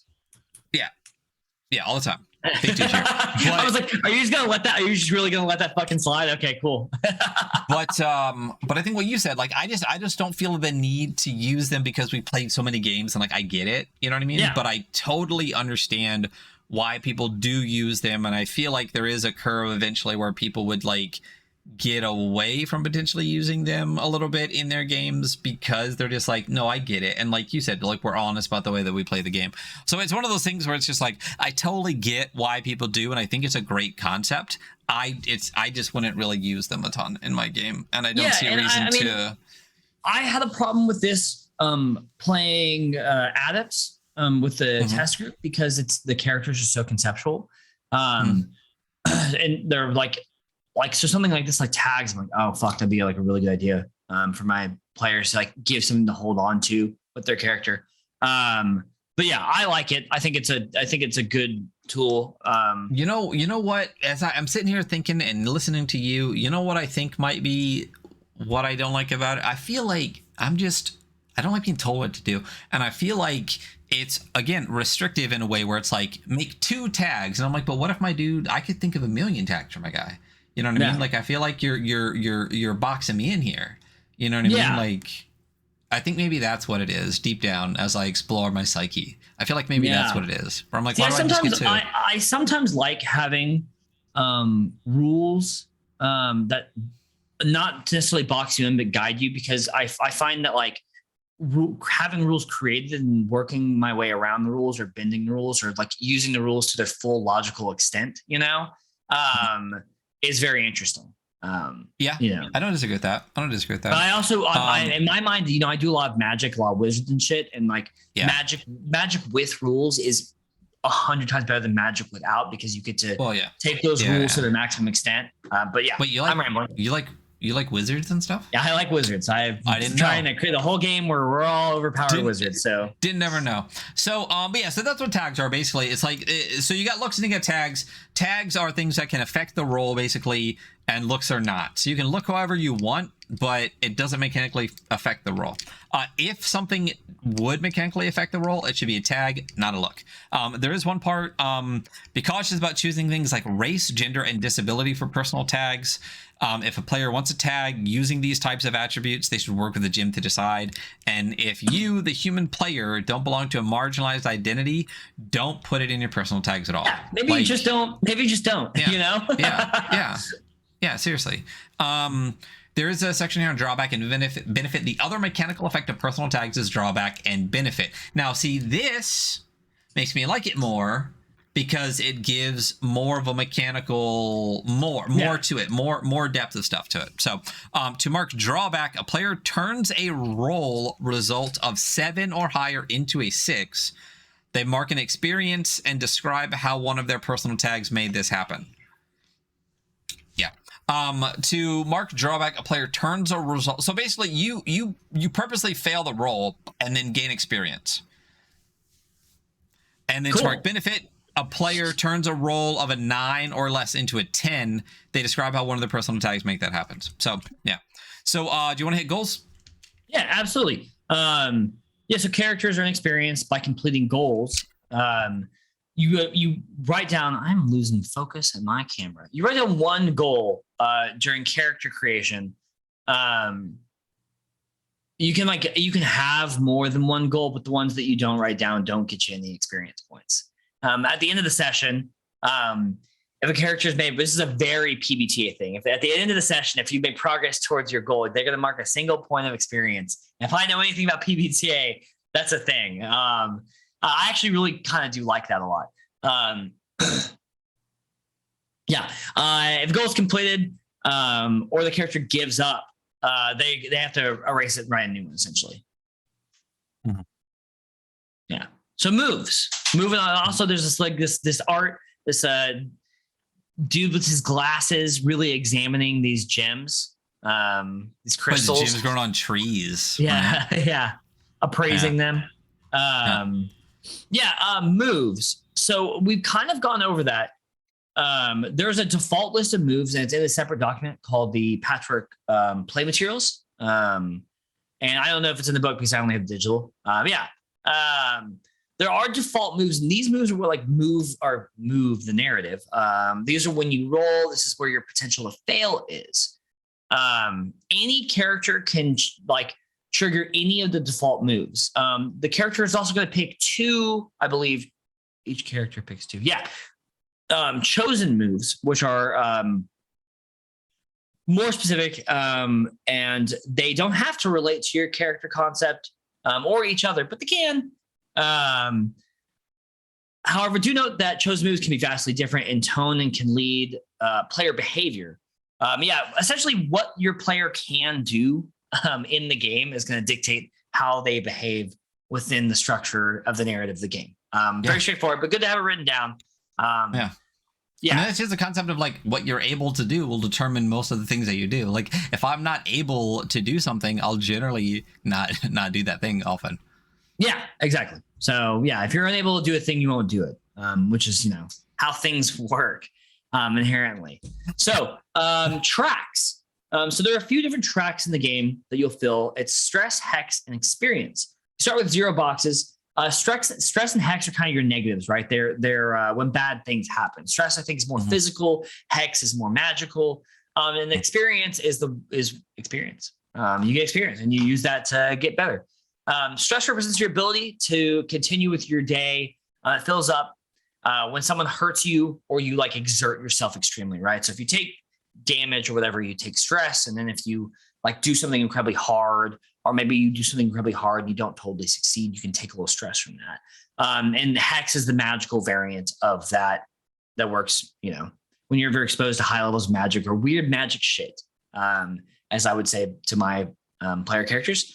And experience is your learning, right? As you get better, as you improve. It fills. Yeah. So homeland, this is lastly and optionally name and describe your character's homeland. Chances are your character's not living there. So try to keep your homeland description short and punchy. For instance, I come from place name, a place full of people, flora, fauna, and industries. Many of the people there value moral and material over other moral and material. I am like those people because of similarity and unlike them because of different. So it's like an ad lib of just this is me and this is why. And that's it. And that's such a great way also to just world build, all on your own, especially in something like Patchwork. I love offloading world building to my player characters. I'm go for it. Whatever. Sure. Oh yeah, absolutely. Yeah, that's canon now. Those people exist. You're a thing. So. Yep. Period. Done. So, how we live. The next section of the play materials PDF is the community sheet. Fill it out by answering. So, community provides characters a place to rest, a group of friends or colleagues. And while your community should never be outright destroyed as a consequence of a single roll, individuals or facts in a community might have requests and beliefs that don't align with each other, and player characters can be called on to solve or find compromises. So, what you first come up with is a community type. The play materials give you 4 types: village, crew, moral order, and wild folk. Each ask questions for the members to answer. These aren't intended as be-all, end-all of community types, and players should feel free to rename them or create new ones. So again, I like that it's a list of 4. It's not a roll. It's not a roll, 1 through 4, because then you feel like there's more than just what's provided. Yeah. Yeah, and then you can change and abandon your communities if you want. Sometimes things are going to change. You know, they could be altered in some way. Maybe some members leave. You could switch community types. Tired of your crew following you around? Turn them into a village. You know, create a whole new community. Just stop associating with one, or go it alone. While communities are important to the themes of the game, it's okay not to have one. And then we break into the player principles. Player principles. Sorry, I was actually looking at the materials, the player materials. Yeah, so these I can really read the titles of, and they're once again another great thing that you just carry to any game, really, honestly. Any game.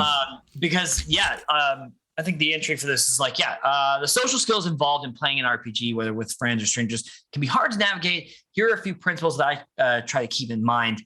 I think lead to a more fun game for everyone. I think the first one is one that is sometimes understated, but very important. Be a fan of the players and their characters. Like, be a fan of them. Like, root for their growth. You want to like them and like be a fan of their narrative, right? Especially in a game like this where they could potentially have one. You know, where I'm playing Bastards, where I'm like, how can I kill these guys so I can have a hell adventure? It's like a little bit different, you know. Mm-hmm. You know, people put a lot of thought into their character. And you want to support them in that, right? Share responsibility. When we touch on this, like a lot. A lot of the older games, it's like the responsibility is just on the kind of the game master, right? But for this one, it's like pass around the story, like let people fill in blanks as well. You know, you're not the only one in charge of the world. Ask questions. Be engaging. Be involved. It can be hard to keep everyone's characters and everyone's description in head. So ask, you know, especially as a player, like, is there this in here that I can use? Sure. Yeah, absolutely. There's like, you know, we were in a garage in my last adventure and like, yeah, is there like a vehicle in here I can hide behind? Yeah, absolutely. There's a speeder parked to the side that you can 100% use. You know, be inquisitive. That's a good way to keep engaged as well. Be clear and decisive. That's kind of self-explanatory. Like, if you want to do a thing, say it. Make it clear. This is what we want to do. If you're not sure how to say something in character, try out of character. But be an active player. Be open to change. There are things that are going to happen in the world to your player characters that they're going to be changed. They're going to go through hard times. They're going to lose. They're going to gain. So be open to that. Really great principles for the game, for just any game, really, you know, as a player. Seriously. You know, you running the game? Yeah. Running the game, we've got more principles. And then just to kind of tie up what you said last time too, like, I feel like this is what separates a lot of like the old school grognard, like kind of fucking gate deep douchels from like people that want to enjoy the game that they play. Like, you're not against the players. You're also just a different type of player at the table. I am not a big fan of adversarial GMing, you know, like, it's not fun. Like, I want to kill my characters because I want to do an adventure in hell, but I'm not actively like trying to kill. Like, they've survived, you know? Yeah. And well, and there's also a huge difference between like a death trap dungeon, right, where a lot of players might die, and being an adversarial GM, because your characters might die a ton. Yeah, but your GM could be rooting for you the whole time, but you go in knowing, hey, this is a funnel. I've already made 30 characters. You know what I mean? And that's the fun part of it versus, you know, someone who's just being a dick to be a dick. Oh, like, sorry. I didn't tell you guys this is a very deadly adventure. Yeah. Fuck off. I've never been DM'd by somebody like that, and if I had, I would have either I would have either stopped playing games, or I definitely would have been like, fuck this. That's exactly what I was like. Yeah, I don't think I'm going to be my work schedule change. I don't think I'm playing. Well, dude, yeah. So, also be a good player. Running the game. I've had more bad ones of those than DMs, luckily. I guess whatever. So playing the game, these are principles. So change the world. So this is about GMing again. So it can be hard to GM. Here's some broad ideas. Change the world. The Patchwork world is in flux. The hexes pulled in from across the universe have vastly different needs and vastly different landscapes. If the players visit a desert, then return months later, and a river might run through it, right? Yeah. You know, a tree grows in Brooklyn. Similarly, a self-sustaining, you get the idea. The world turns without the players, you know? Totally. That's one of the concepts of like the OSR and the NSR and stuff like that a lot of people are trying to bring back besides rulings over rules is that the players aren't the center of the fucking universe. Like they are not the chosen ones saving mankind all the time. The world turns, you know? Change the characters. As the world changes, so do the people in it. They change mentality, moving on from what they previously thought were universal truths, etc., etc., etc. Provide problems, not solutions. When with such geographic upheaval, and without the structure provided by large civilization, there's a lot of people who need help. So they might need help returning to lifestyles they understand. Those needs might fester or clash. It's the job of the DM to show the clashes first through saw signals and omens. It is not the job of the GM to make sure there's a way to fix them.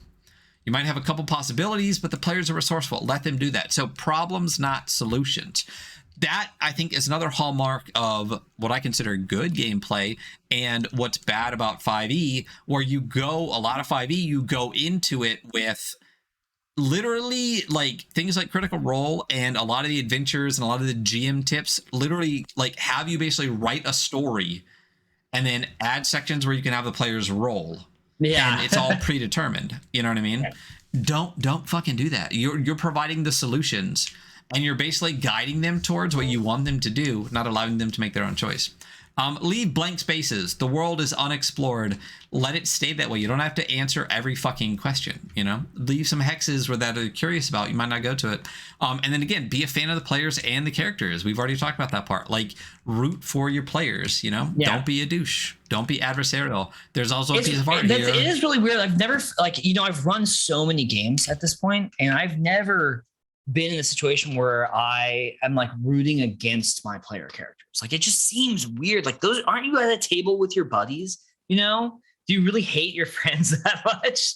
I mean, what's interesting is how many times we see this, because there's a fucking reason that McDonald's coffee cups say this is fucking hot. You know what I mean? Because some dumbass spilled on themselves. They got like $250 million. You know what I mean? Like you wouldn't need this if it wasn't so prevalent, which is what I think is even more crazy. You know, listen, like, that lady wasn't a dumbass. That coffee was way too fucking hot. So whatever it was, like, okay, sure. Yes. And now people know that hot coffee is hot. I hear what you're saying. I agree. But you also you hear what I'm saying, right? Like this wouldn't be here if there weren't people like this. Why are you friends with these people?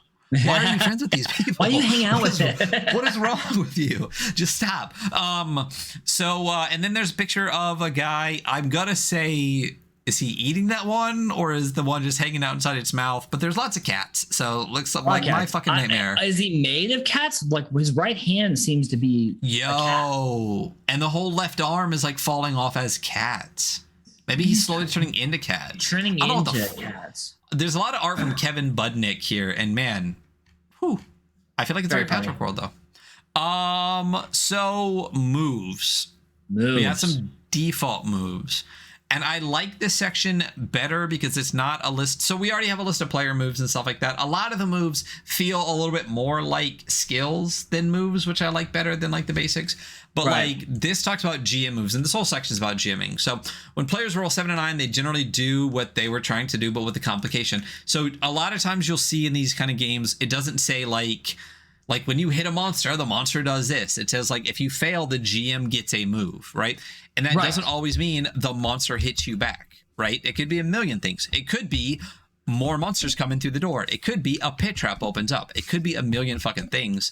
And this is a big list. What I love about this is it's a list. It's not a roll table. It's not like it doesn't feel that this is it to me. It's just it's written and structured well, so I feel like there's more that I could do. So, but here's the list: inflict stress, inflict hex, inflict a tag, give them a choice, plant a seed, take something away, show how the community feels, ask a question, random encounter, give them what they want. Like tons of good stuff. Yeah, really Yeah, very cool. Yeah. Unlike the moves other players get, your moves don't require a roll and don't have strict results. Their vagaries, almost read that different, hopefully allow them to be adapted to a wide range of situations. So there's literally breakdowns of what every single one of these are. We don't have to go through a ton of them, but inflict stress, simple enough. How the players mark stress, usually 1 to 3. They get stress. And then I think there's like a stressed move later, right? For example, tell them a large animal is barreling at them or a corrupt noble is trying to intimidate them. And on a 7 to 9, they might get some stress, right?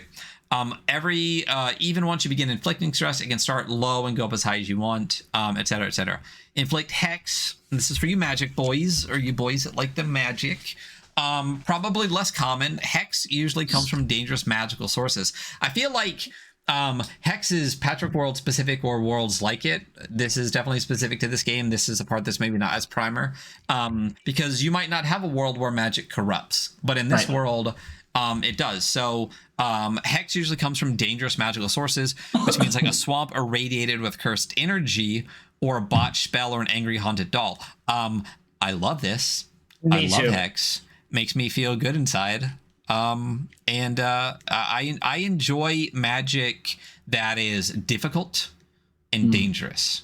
You know, like I want people to need to. That's why I don't like sorcerers, man. You just born with that shit. Fuck off. Inflict a tag.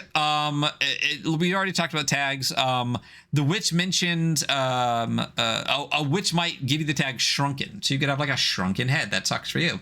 It affects your rolls. You get a tiny head now. Give them a choice. Self-explanatory. Plant a seed. So in a campaign length game, there can be lots of possible threads to pursue, and sometimes it's hard to know which ones. Sometimes seeds don't come into fruitions, but basically it's like giving them a little omen, a little guidance. You know, something that might like tease them a little bit in a direction that you have a little bit more prepared. Great idea. Not railroading them. Just throw it out there. If they don't take it, have more prepared. That's it. Totally. I think a system that does that really well, at least in its third-party material, is actually Mothership. Mothership's all about like, here are some seeds and some rumors that you can plant around, and I always really appreciate that. It's like, cool. It's the moment you plant it, like, oh yeah, have you heard about this and this, and they can make a note of it and be like, cool, that's for later. Yep, we'll get to it. I love stuff like that. You know what I go back to a ton, and I'm pretty sure it's the game I played the most, was definitely Skyrim. Oh yeah. And when Skyrim came out, it was really interesting because it was, at the time, I'm pretty sure it was the biggest game ever made as far as like the amount of land your character can travel across, right? I think it was 16 miles or something if you walked end to end with your character. It was fucking huge. But it also had that like infinite quest generator. Like you literally can't do everything in the game because it'll constantly just be like, oh, hey, can you help me find my father's sword? Like it will do that forever. But the storylines across Skyrim, you can quote unquote beat the game without doing any of them, but of course you're going to go do the Brotherhood one. That's one of the first things I always do. Actually, if I play Skyrim, the one that I never do is the main mission. So because Skyrim's main mission story is just medium for me. So take me back to Morrowind, man, because I'm such a fucking proto hipster. But the seed concept is because you sometimes have to do multiple things to get to those missions, and you can follow it, or you can just be like, nah, fuck it, I'm not doing that, and it doesn't make you. You know what I mean? You can move in other directions. I love that idea, and also the world turns without you. It's just a great way to do it. So show how the community feels. If there's not an immediate consequence, but it could affect the world. It could affect back home. All of those things, you can do that. Ask a question. It's always a good thing. How do you feel about that? Like, what does this remind you of? Like, what would you do if this happens? Random encounter, self-explanatory. Throw a random encounter out there, and then give them what they want. Sometimes this is the loaded statement. Give them what they want so they can find out it's not what they wanted all along. A real monkey's paw situation. And that's all the concept. So next we're getting into faction-based play. Hit me with them factions, boy. Factions. Factions. You should have factions game. It helps fill out the world. It makes it more interesting if there are like groups that interact with each other. While there isn't only one way to set up a scenario, I find it's a useful framework. The basic ideas, right? Create 2 to 4 factions create an item, place, or resource that they all want or need. That's right. Your factions should interact with each other. They shouldn't just float freely in space. What makes a world feel like it's living is this interaction of factions. Create a short history between them, noting what they know about each other. Name members of each faction, possibly introducing sub-factions within differing interpretations of their main need. There is the village hidden in the leaves, right? But there's also, Donzo and his like secret underground, like hardline organization. But they're all working like for the betterment of the village. And this, to get rid of those fucking dirty Uchihas, And then you got the Akatsuki. What's up? And then the Akatsuki and Itachi. And the whole find ways to introduce the factions to the players. And I think this is another great area for your players to be like, so help, so this faction exists. Like, who's the head of this faction? Is there anyone in this faction who feels differently about their main goal? I don't know. There's another cooperative area, but like, I think faction-based play, at first off, is rife for storytelling, but also makes your world feel like it's moving. Well, we talked about factions a lot with Watt last week when we talked about on their interview too, and just like how it helps you with the idea of, like you just said, like keeping the world moving. Things happen without you. You can choose not to do something and realize, oh fuck, like the world's ending now because I just ignored this dude who started a cult who like summoned Cthulhu. Now we're fucked, which is great. Yeah, there was a zombie outbreak a few towns over, and we're gonna ignore it. It's like, well, in 3 months when you guys get back here, the country's gone. So yep. Yeah. Cool. Making an NPC. It says it can be intimidating to make a bunch of NPCs, but like really breaking it down makes it very easier. Name, look, attitude, desires, and their own stress track, right? The name, this should match your naming conventions that you decided earlier.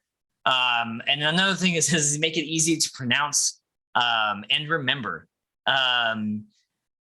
Elswythe is out, but Lumpy Todd is in. Oh my God, listen, if you give him, I gave my player characters an NPC named Brick, and they have never forgotten that guy's name, and they love Brick. They have their own internal narratives about Brick, and I'm just like, yeah, that's true. Absolutely. You know how smart that would be on like a psychological level, where it's like, give all the NPCs you want the players to just move on from a name that's a pain in the fucking ass, and give all the ones you want them to interact with something super easy, and you'll just like subtly guide them through your world. I don't know. I still think at some point someone's gonna be like, "Oh, Felon's While. Yeah, let me talk to Felon's While." Here's the thing: is if you want someone to not interact with your NPC, don't give them a name that they can somehow sexualize, because the second they sexualize that name, right, they're gonna be stuck with that NPC forever. Well, luckily my player characters killed Brick, so they didn't kill Brick. Brick got killed. But okay. So, yeah. So name, right? Okay, look. Notable features. Like, you don't have to like paint a whole, pick a couple things. Cute butt is definitely words that are in here. Yeah. Nice cape. Big hair, bright makeup, cute butt. Yeah. If you forget to give them one, another great way to have your players interact is to ask them what one thing about them jumps out at you, and is indicative as to who this NPC is, which I love that. Get your player characters involved. I'm really realizing like I love stuff like that, and I need to be doing more of that with my table because I think they have more fun with it. Attitude. Are they a complete dickhole? Are they flirty? What is this person like? Desire. What do they want? I think creating a desire for an NPC is a very strong choice to make, because because people have desires, they have wants. It also gives them direction in the world, because if they want a thing, they're going to be going towards that. And when you interact with them, they're still going to be towards the thing that they want. And if they can use you to get the thing they want, they might interact with you more. Or if you're in the way, they might interact with you less. And so it really dictates a lot of stuff. Stress track. They have a stress track. So if they get in stressful situations or combat, you can track that. Remember, stress is not purely physical. It's also could be mental stress. But your NPC should be kind of a person. Yeah. There's a And section I here called really where the love this piece of art, by the way, just real quick. This oh yeah the gateway to something. the cloud dimension. Yeah, it's fucking Yeah. that It's dope. fucks. It's dope. Yeah. This is Madeline Ing. I feel like there's a correct way to say that, and I didn't get it. There's a story here called Where the Rubber Hits the Road. It's a little story about Aaron putting together NPCs for a new campaign. Great read. We're not going to read it, but great read. So there's a section called Using the Community. So the NPCs of the player's choice community can have lots of use beyond each community's list of mechanical effects. So fetch quest is the use of the community. Everyone knows what a fetch quest is. If you don't, it's literally someone coming up at you and be like, hey, go get this thing. You know, and that could be a person, that could be an object, whatever it is, just go fucking get it. This is the example I use when people ask me about running an evil campaign. I was like, it's exactly like running a good campaign. The person that gives you the fetch quest just happens to be evil. Literally fucking it, right? Are you going to go save the king's daughter or the princess, right? Or is the evil lich sending you to find like a crystal that they can use to summon a demon that destroys the world? You know, guess what you're still doing? You're still fetching something for somebody. You know? I think we undervalue the fetch quest. I think it's a perfectly like not we, but I think people are like, oh, it's like too play. I'm like, but you can make it so interesting. You can and you can give them like a choice at the end. It's like, yeah, you went to go do this thing, and at the end there's a moral quandary. It's like, yeah, you can bring it back to this guy, but something's gonna happen. And you know, is there a other path that might be morally more correct? But the fetch quest doesn't even have to be like the entire thing too. Like you can be in the middle of like a mission and be like, oh shit, I need the key. Yeah. Right? Like I'm imagining Mothership Adventure. We don't have the ancient demon sword, you know? Right. And no one gave you that, but it's still a fetch quest. It's just like I got to point D and realized I gotta backtrack my steps to pick up this thing to go back to where I was going. Guess what? That's kind of a fetch quest. It's just one step on a bigger path. You know? I completely agree with you. Yeah. Should the community dislike the players? Yep. Are you doing stuff that makes the community fucking not like you? Yeah. Well, I think that this is something that a lot of especially 5e murder hobo fucks like isn't used enough against the players. Like you will develop a reputation in the world if you're just murdering fucking everything. You're not just gonna roll up on the next place and everyone be like, oh hey, adventurers are gonna be like, oh these are those fucks. Like you know what I mean? Like use the community against the players. Like there are some games, and I feel like I've never really found like a reputation mechanic I like a ton, you know, that affects gameplay a lot. But having some level of that is always a kind of a good idea. You just, if you fuck around, you're going to find out, you know? And I think not enough people put that in. So should the community dislike the players? So if you feel like they would be hurt by what the players' characters have done, or or that they would desert or turn against them, consider the following.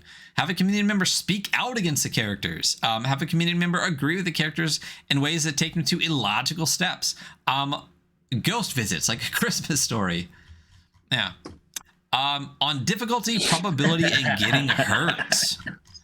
Do you want to do that? I would love to run a Christmas a Christmas story game where it's like, you're visited by the ghost of adventures past that you just murdered. And they show you. When I was in the community, the consequence, let's fucking do that. Right. Yeah. But B, when I was in Dublin, I joined a D&D meetup there and started running, and the people that I met at the table wanted to keep playing after I taught them how to play. So we kept playing. So I did so much research for this. I found dragon magazines. I found a specific area. But long story short, you're basically like, there's a crown and it had like Vecna, like this whole fucking shit involved, where basically they had to go through the swamp, and stop some shit. Right. So after one of the first missions, they came back and there was like basically like soldier camp, and they were doing some of the missions. They came back and were a dick to the leader. And the leader they were basically like, pay me, bitch. And the leader was like, fine, fucking here. And like threw the gold at them. And they're like, all right, peace out. And then like the other guy was like, no, we really need your help.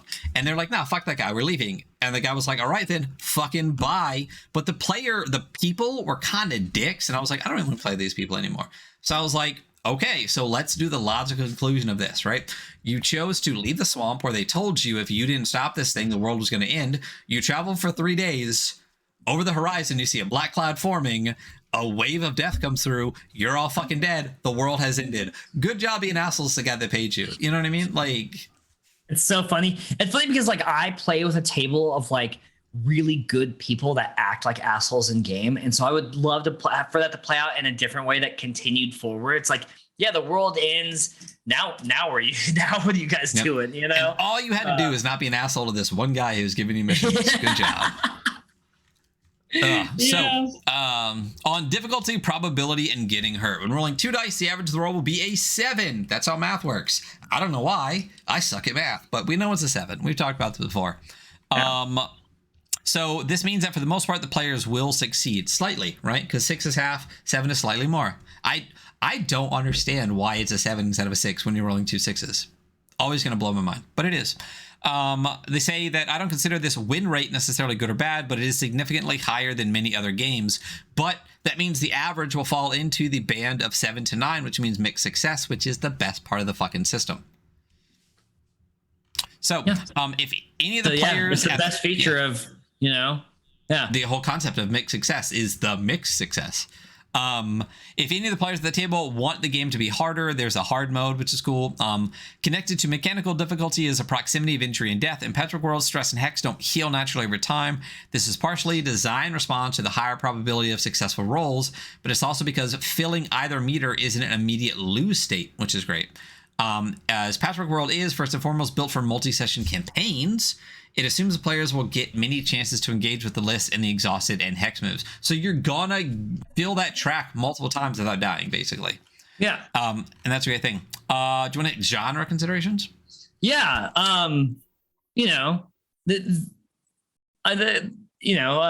genres. There's different genres. So this is made to be completely modular and adaptable at any table. However, you know, Aaron definitely wrote this with some images and moods in mind.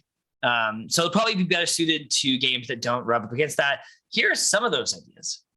Romance, and some considerations for romance. Let the players, including the GM,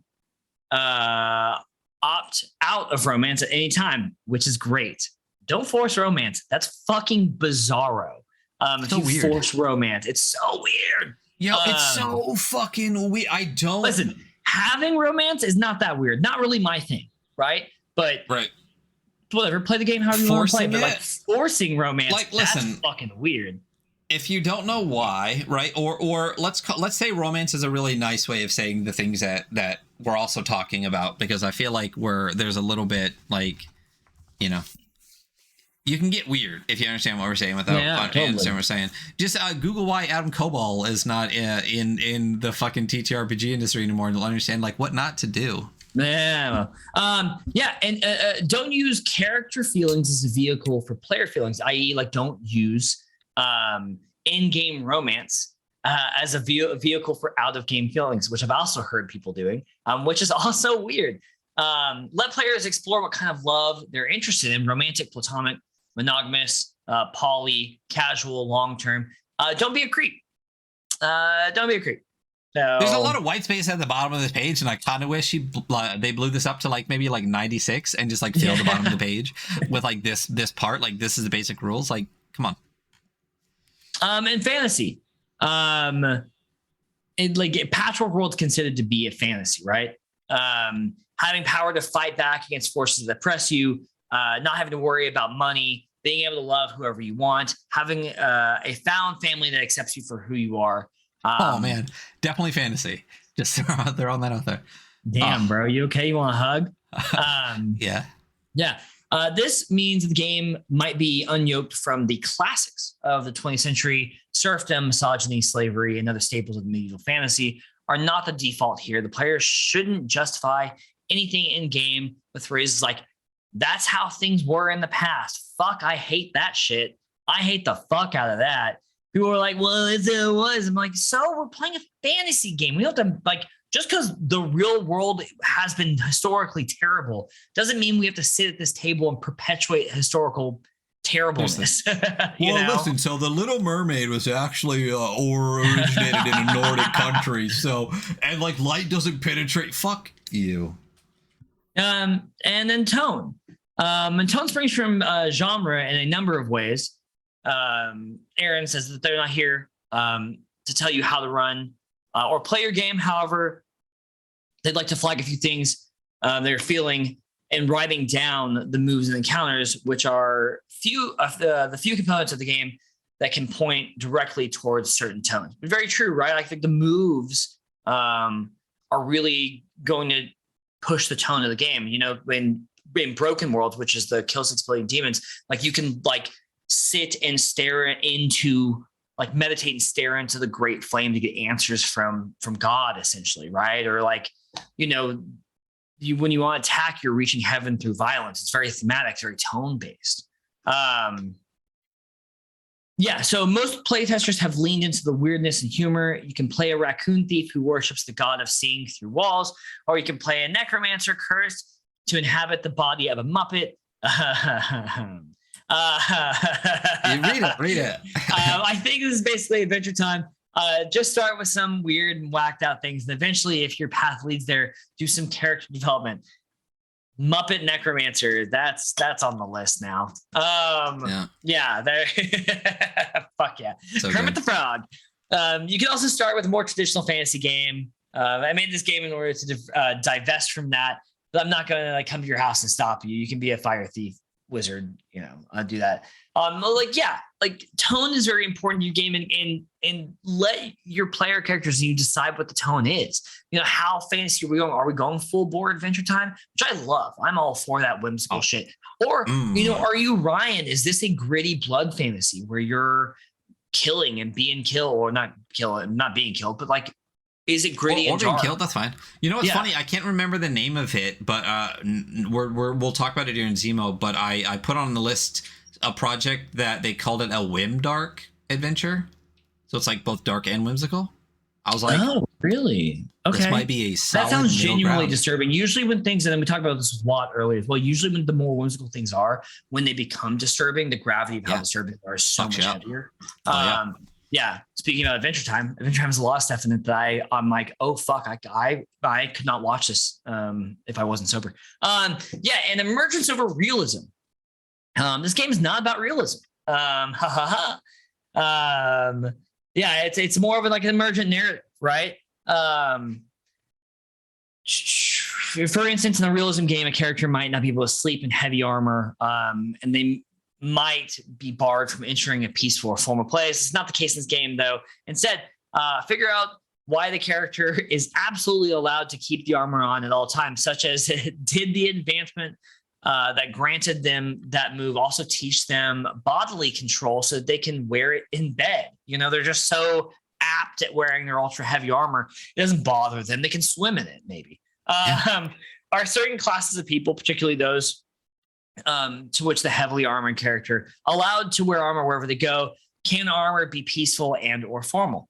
Find reasons to say yes. Find reasons to fucking let shit go, you know, and make it part of the narrative, you know, like if you're like, well, this doesn't make sense in my weird whimsical fantasy world, make it make sense. Ask questions to make it make sense. And then that becomes the canon, you know, like, yeah, you know, they're from their culture wears heavy armor everywhere. It's like a formal thing too. It's like, cool. Absolutely. They have formal heavy armor, you know? Yeah. I mean, part of it is just let players get away with shit that doesn't fucking matter. You know, I'm like, I just let my players be like, do shit, you know? It's not that I say yes to everything, but are you straight up telling me that every time that your players sit down on a campfire, you're like, okay, so it's going to take 4 minutes for you to divest your armor and you can't sleep in it. So then the random encounter comes and it takes you 5 minutes to fuck off.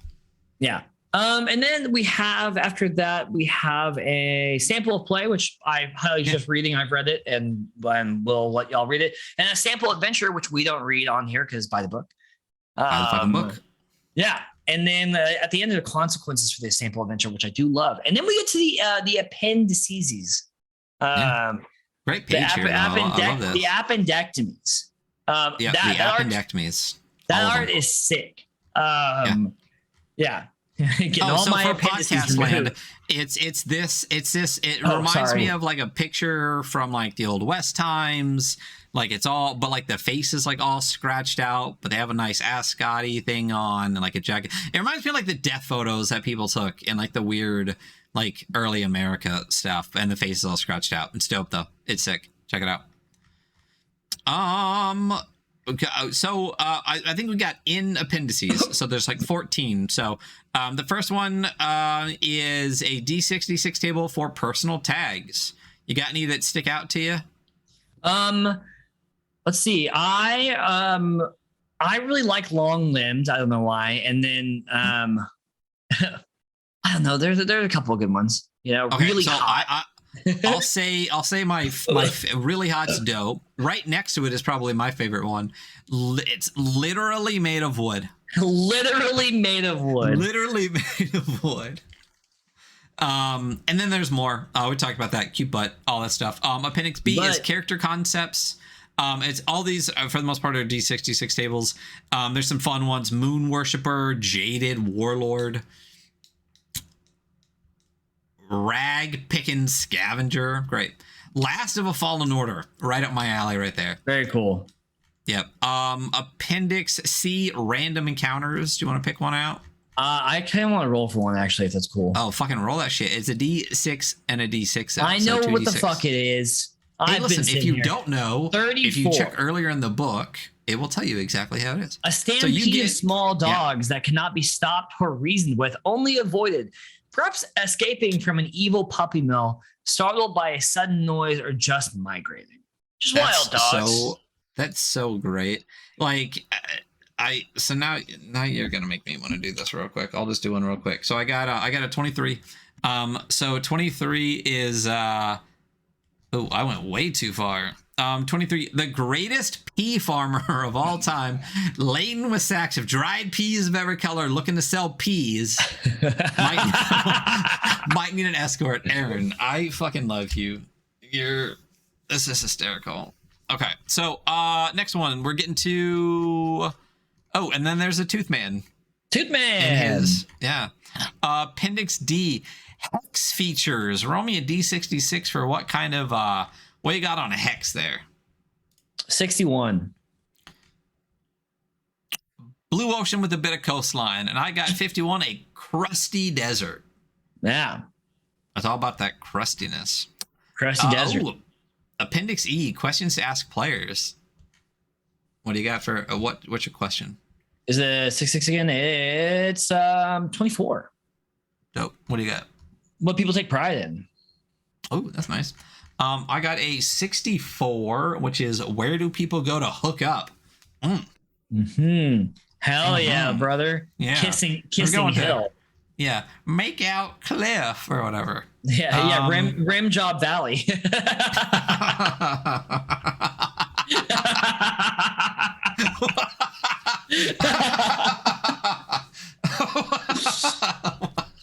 Yeah, I'm picking up Carlos and I'm taking her down the Rim Job Valley. Oh man. Ooh, all right. Listen, no romance in game. Demonetized. Boom. If we only were monetized. I'm gonna dive on this anyway. So appendix names. Appendix F names. What's the name? What's the name? What you got? Huh? What? Sorry, I scrolled way down looking at a bunch of other ones. D66. D66. What do you got? There's a bunch of really good ones. Good stuff here. 25. You're is it, how do you pronounce it? Buffo or Bufo? What do you think you would be? B-U-F-O. Bufo. Oh, I'm Bufo for sure. Bufo all day. Yeah. So I got a 46, which gives me Nancy. Nancy. Lovely name. Yeah, it's wonderful. I mean, you got Thomasina, Coin Toss, Willa, and Nancy. All right. Straight up sample characters. Why don't you just hit me with 1d6? 2. All right, you got oh yeah, William is 9. Yeah. Nice. Full circle. Yeah, the Remembrancer. You're pale with wrinkly skin and stringy hair, incisive eyes, and a nice big jacket. Your just tags like real are life. old. Yeah, your tags are old and visibly grumpy. This is supposed to be you, not me. The moves are Ancestral Library and Crystalline Garden, which are in the moves list. Your homeland is a non-space bubbled grew up in a non-space bubbled separately from reality where time passed differently. You and your people were experiments run by a capricious god. As your people died... Am I a trans-dimensional wizard? Did I think, yeah. Yeah, as the people died, their memories lived on in you. And you now just want the garden and also vengeance. So yeah, kind of, you're like a memory wizard of trans-dimensional proportions. Wow. I actually couldn't have rolled a better one. It was the name I picked. And it's a type of wizard that I constantly joke about. Oh, so yeah. The next one, hey, organizations. I rolled 53. I didn't, but go look at it anyway. Okay, all right. We're scrolling. Oh, the spear witches? The spear witches. Boom. They ride spears and turn things into spears. Your husband, a spear now. Your shoes are spears. Ouch. I love the way Aaron writes this shit. It went from informative to just cracking me the fuck up the entire way. I rolled a 12. Ooh, wait a minute. I saw something that sparked my eye. Well, I mean, listen. That's obviously a reference. The Spear Witches, the Brain Trust. I didn't even see that one. Kids these days. The Linda. The Lindas is a great one. The Squirrel Migration of Cartographers. The Not Enough Cooks. All right. What did I roll? A 12? Honestly, the Brain Trust one is really. Can I just read it out real quick? Yeah, read it. A secret cabal of spell writers with their own obfuscated language, led by two disembodied voices that whisper from a perfect marble cube. Dope. I love these references. This is fucking great. Yeah. I love the kids these days. Okay, so There's places, there's like moves, there's a bunch of stuff after this. It's a bunch of like awesome tools that you can use and roll up, and there's a lot of great stuff in it. Appendix M has the safety tools, and then N has inspirational literature. Yeah, the only thing I do want to go over though is Appendix K. Hard mode. Yes, hard mode. So if things feel a bit too easy, players can enter hard mode. Players can do this individually and switch back to normal mode anytime, but because this is a social game, keep in mind that once players fail, your snowball. So in hard mode, rolls start at -1 instead of +0, because don't forget, if you answer yes, you get to add pluses, right? So you actually start negative. Players are at an additional -1 if more than 3 stress are marked. Love that. I love that stress affects that. Benefit can only be marked if drawback has already been marked. That's dope. And on a 12+, a player succeeds too hard. They do what they intended, but there might be collateral damage. Someone is made aware of them, etc. So when you cast a spell, you do it too good. Your little fireball becomes like a fire tornado. If I hit a 12 or give me enough bonuses to surpass 12, like, yeah, totally. But you're so powerful, you just fuck it all up. So fuck it all up. I love that. I love hard mode. I think one of the ones that I might use just as a normal would be if 3 or more stress is marked, you automatically get a -1. That one I would consider just being like, that's just how it works, right? Stress, that's straining, you know? Yeah, but I mean, also, like, if you look at like the game that I'm working on eventually, like, it's literally just about like the whole game is shit like that.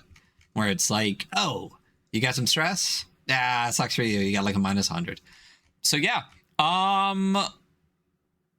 that's it. Role-playing game, like you just said, there are some things at the end for the Appendix N, which makes sense that they got all the way to N and then made Appendix N the list of inspiration, which is what the Appendix N is.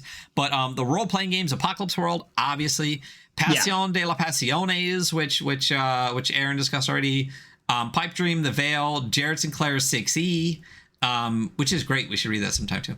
We should also have Jared Sinclair on sometime. Yeah, we should. Yeah. Also, Max Lander. Hey, if you're listening, Max, we love your stuff. Come on. I think Max was in the chat earlier, actually. He was. Yeah. They were a Snackswell, I believe. Yeah. I was getting that right. But yeah, they were. And yeah, we love us a good himbo. And that's it. That's the game. We did it. So one of the things we need to talk about. So this is, I mean, it's 45 pages. But one of the things that after we dropped our let me kick back to an opening screen here. One more look at the cover here. It's beautiful. And then transition. And then look at me. This is us. This is our faces. So one of the things that we need to discuss kind of off stream, I guess, is how we want to do things, maybe slightly differently this year with some things. We need to change our grading methodology because we're going through stuff that's so small now, you know? So so I like the grading methodology like, for example, like when I hold up himbos, like I would do this as like a normal grading that we did, you know what I mean? Like I feel like this is, oh man, you know what I never noticed? There's like a library card thing in the back of the himbos book. I love this. Oh, cool.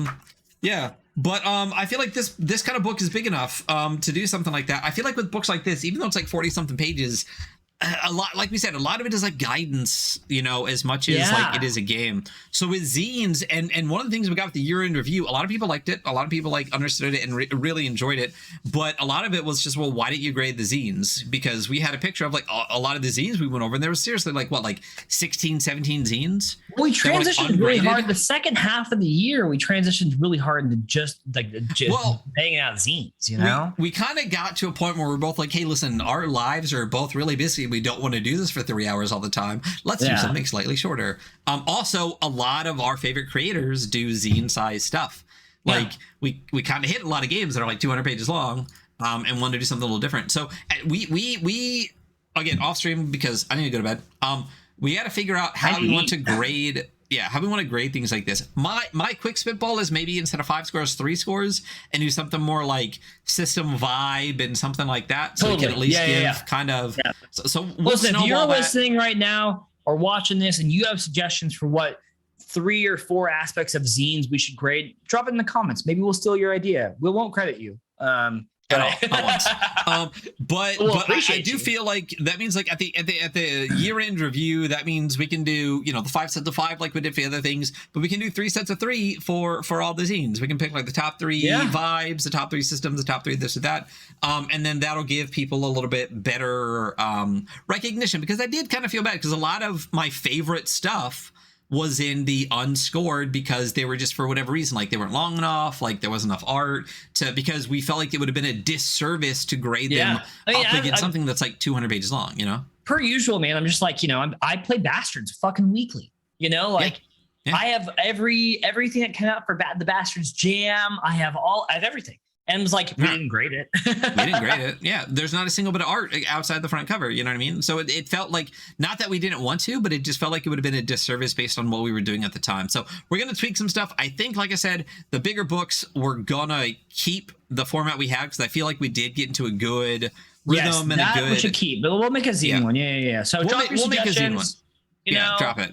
And listen, hey, if you liked this, you should go watch our stuff anywhere else. We're at twitch.tv / the Adventure Archive. You can find us at Twitter, weekly_scroll, or on YouTube under the Adventure Archive as well, or at Instagram at the.weekly.scroll. We just went over Aaron King's fantastic Patchwork World 6th edition, which you can find digitally at aaronking.itch.io, and for some reason it's ERIN, not well, because they're awful at branding. They're awful at branding. Then the last thing we got for today is just a little preview of what the next episode is. Do you know what the next episode is? I think I do. Is it the Monday night episode? No, it is Sunday night. I asked because I almost kind of knew. So Sunday night, we're actually talking with Goblin Archives and Josh Demansky. That's who we're talking to. Oh, we're talking about Liminal Horror! Liminal Horror! Yes! I've wanted to do this for such a long time. Liminal Horror is kind of blown up. A lot of stuff. As it should. It's fucking badass. And we really haven't done a lot of horror games. So super excited for that. Super excited to talk to GA. Super excited to talk to Josh Demansky. Great people. That'll be 6 p.m. PST, because thank fucking God we finally got creators from the West fucking Coast. This is my time zone, bitch. Very excited for that. So 6 p.m. Pacific, 8 p.m. Central. Hunter already gave you all our socials. Check us out. Drop us on Twitter. Any ideas you have for some zine grading. And that's it. We'll see you Sunday night. Hunter, you are wonderful and beautiful. You too. Bye. Bye.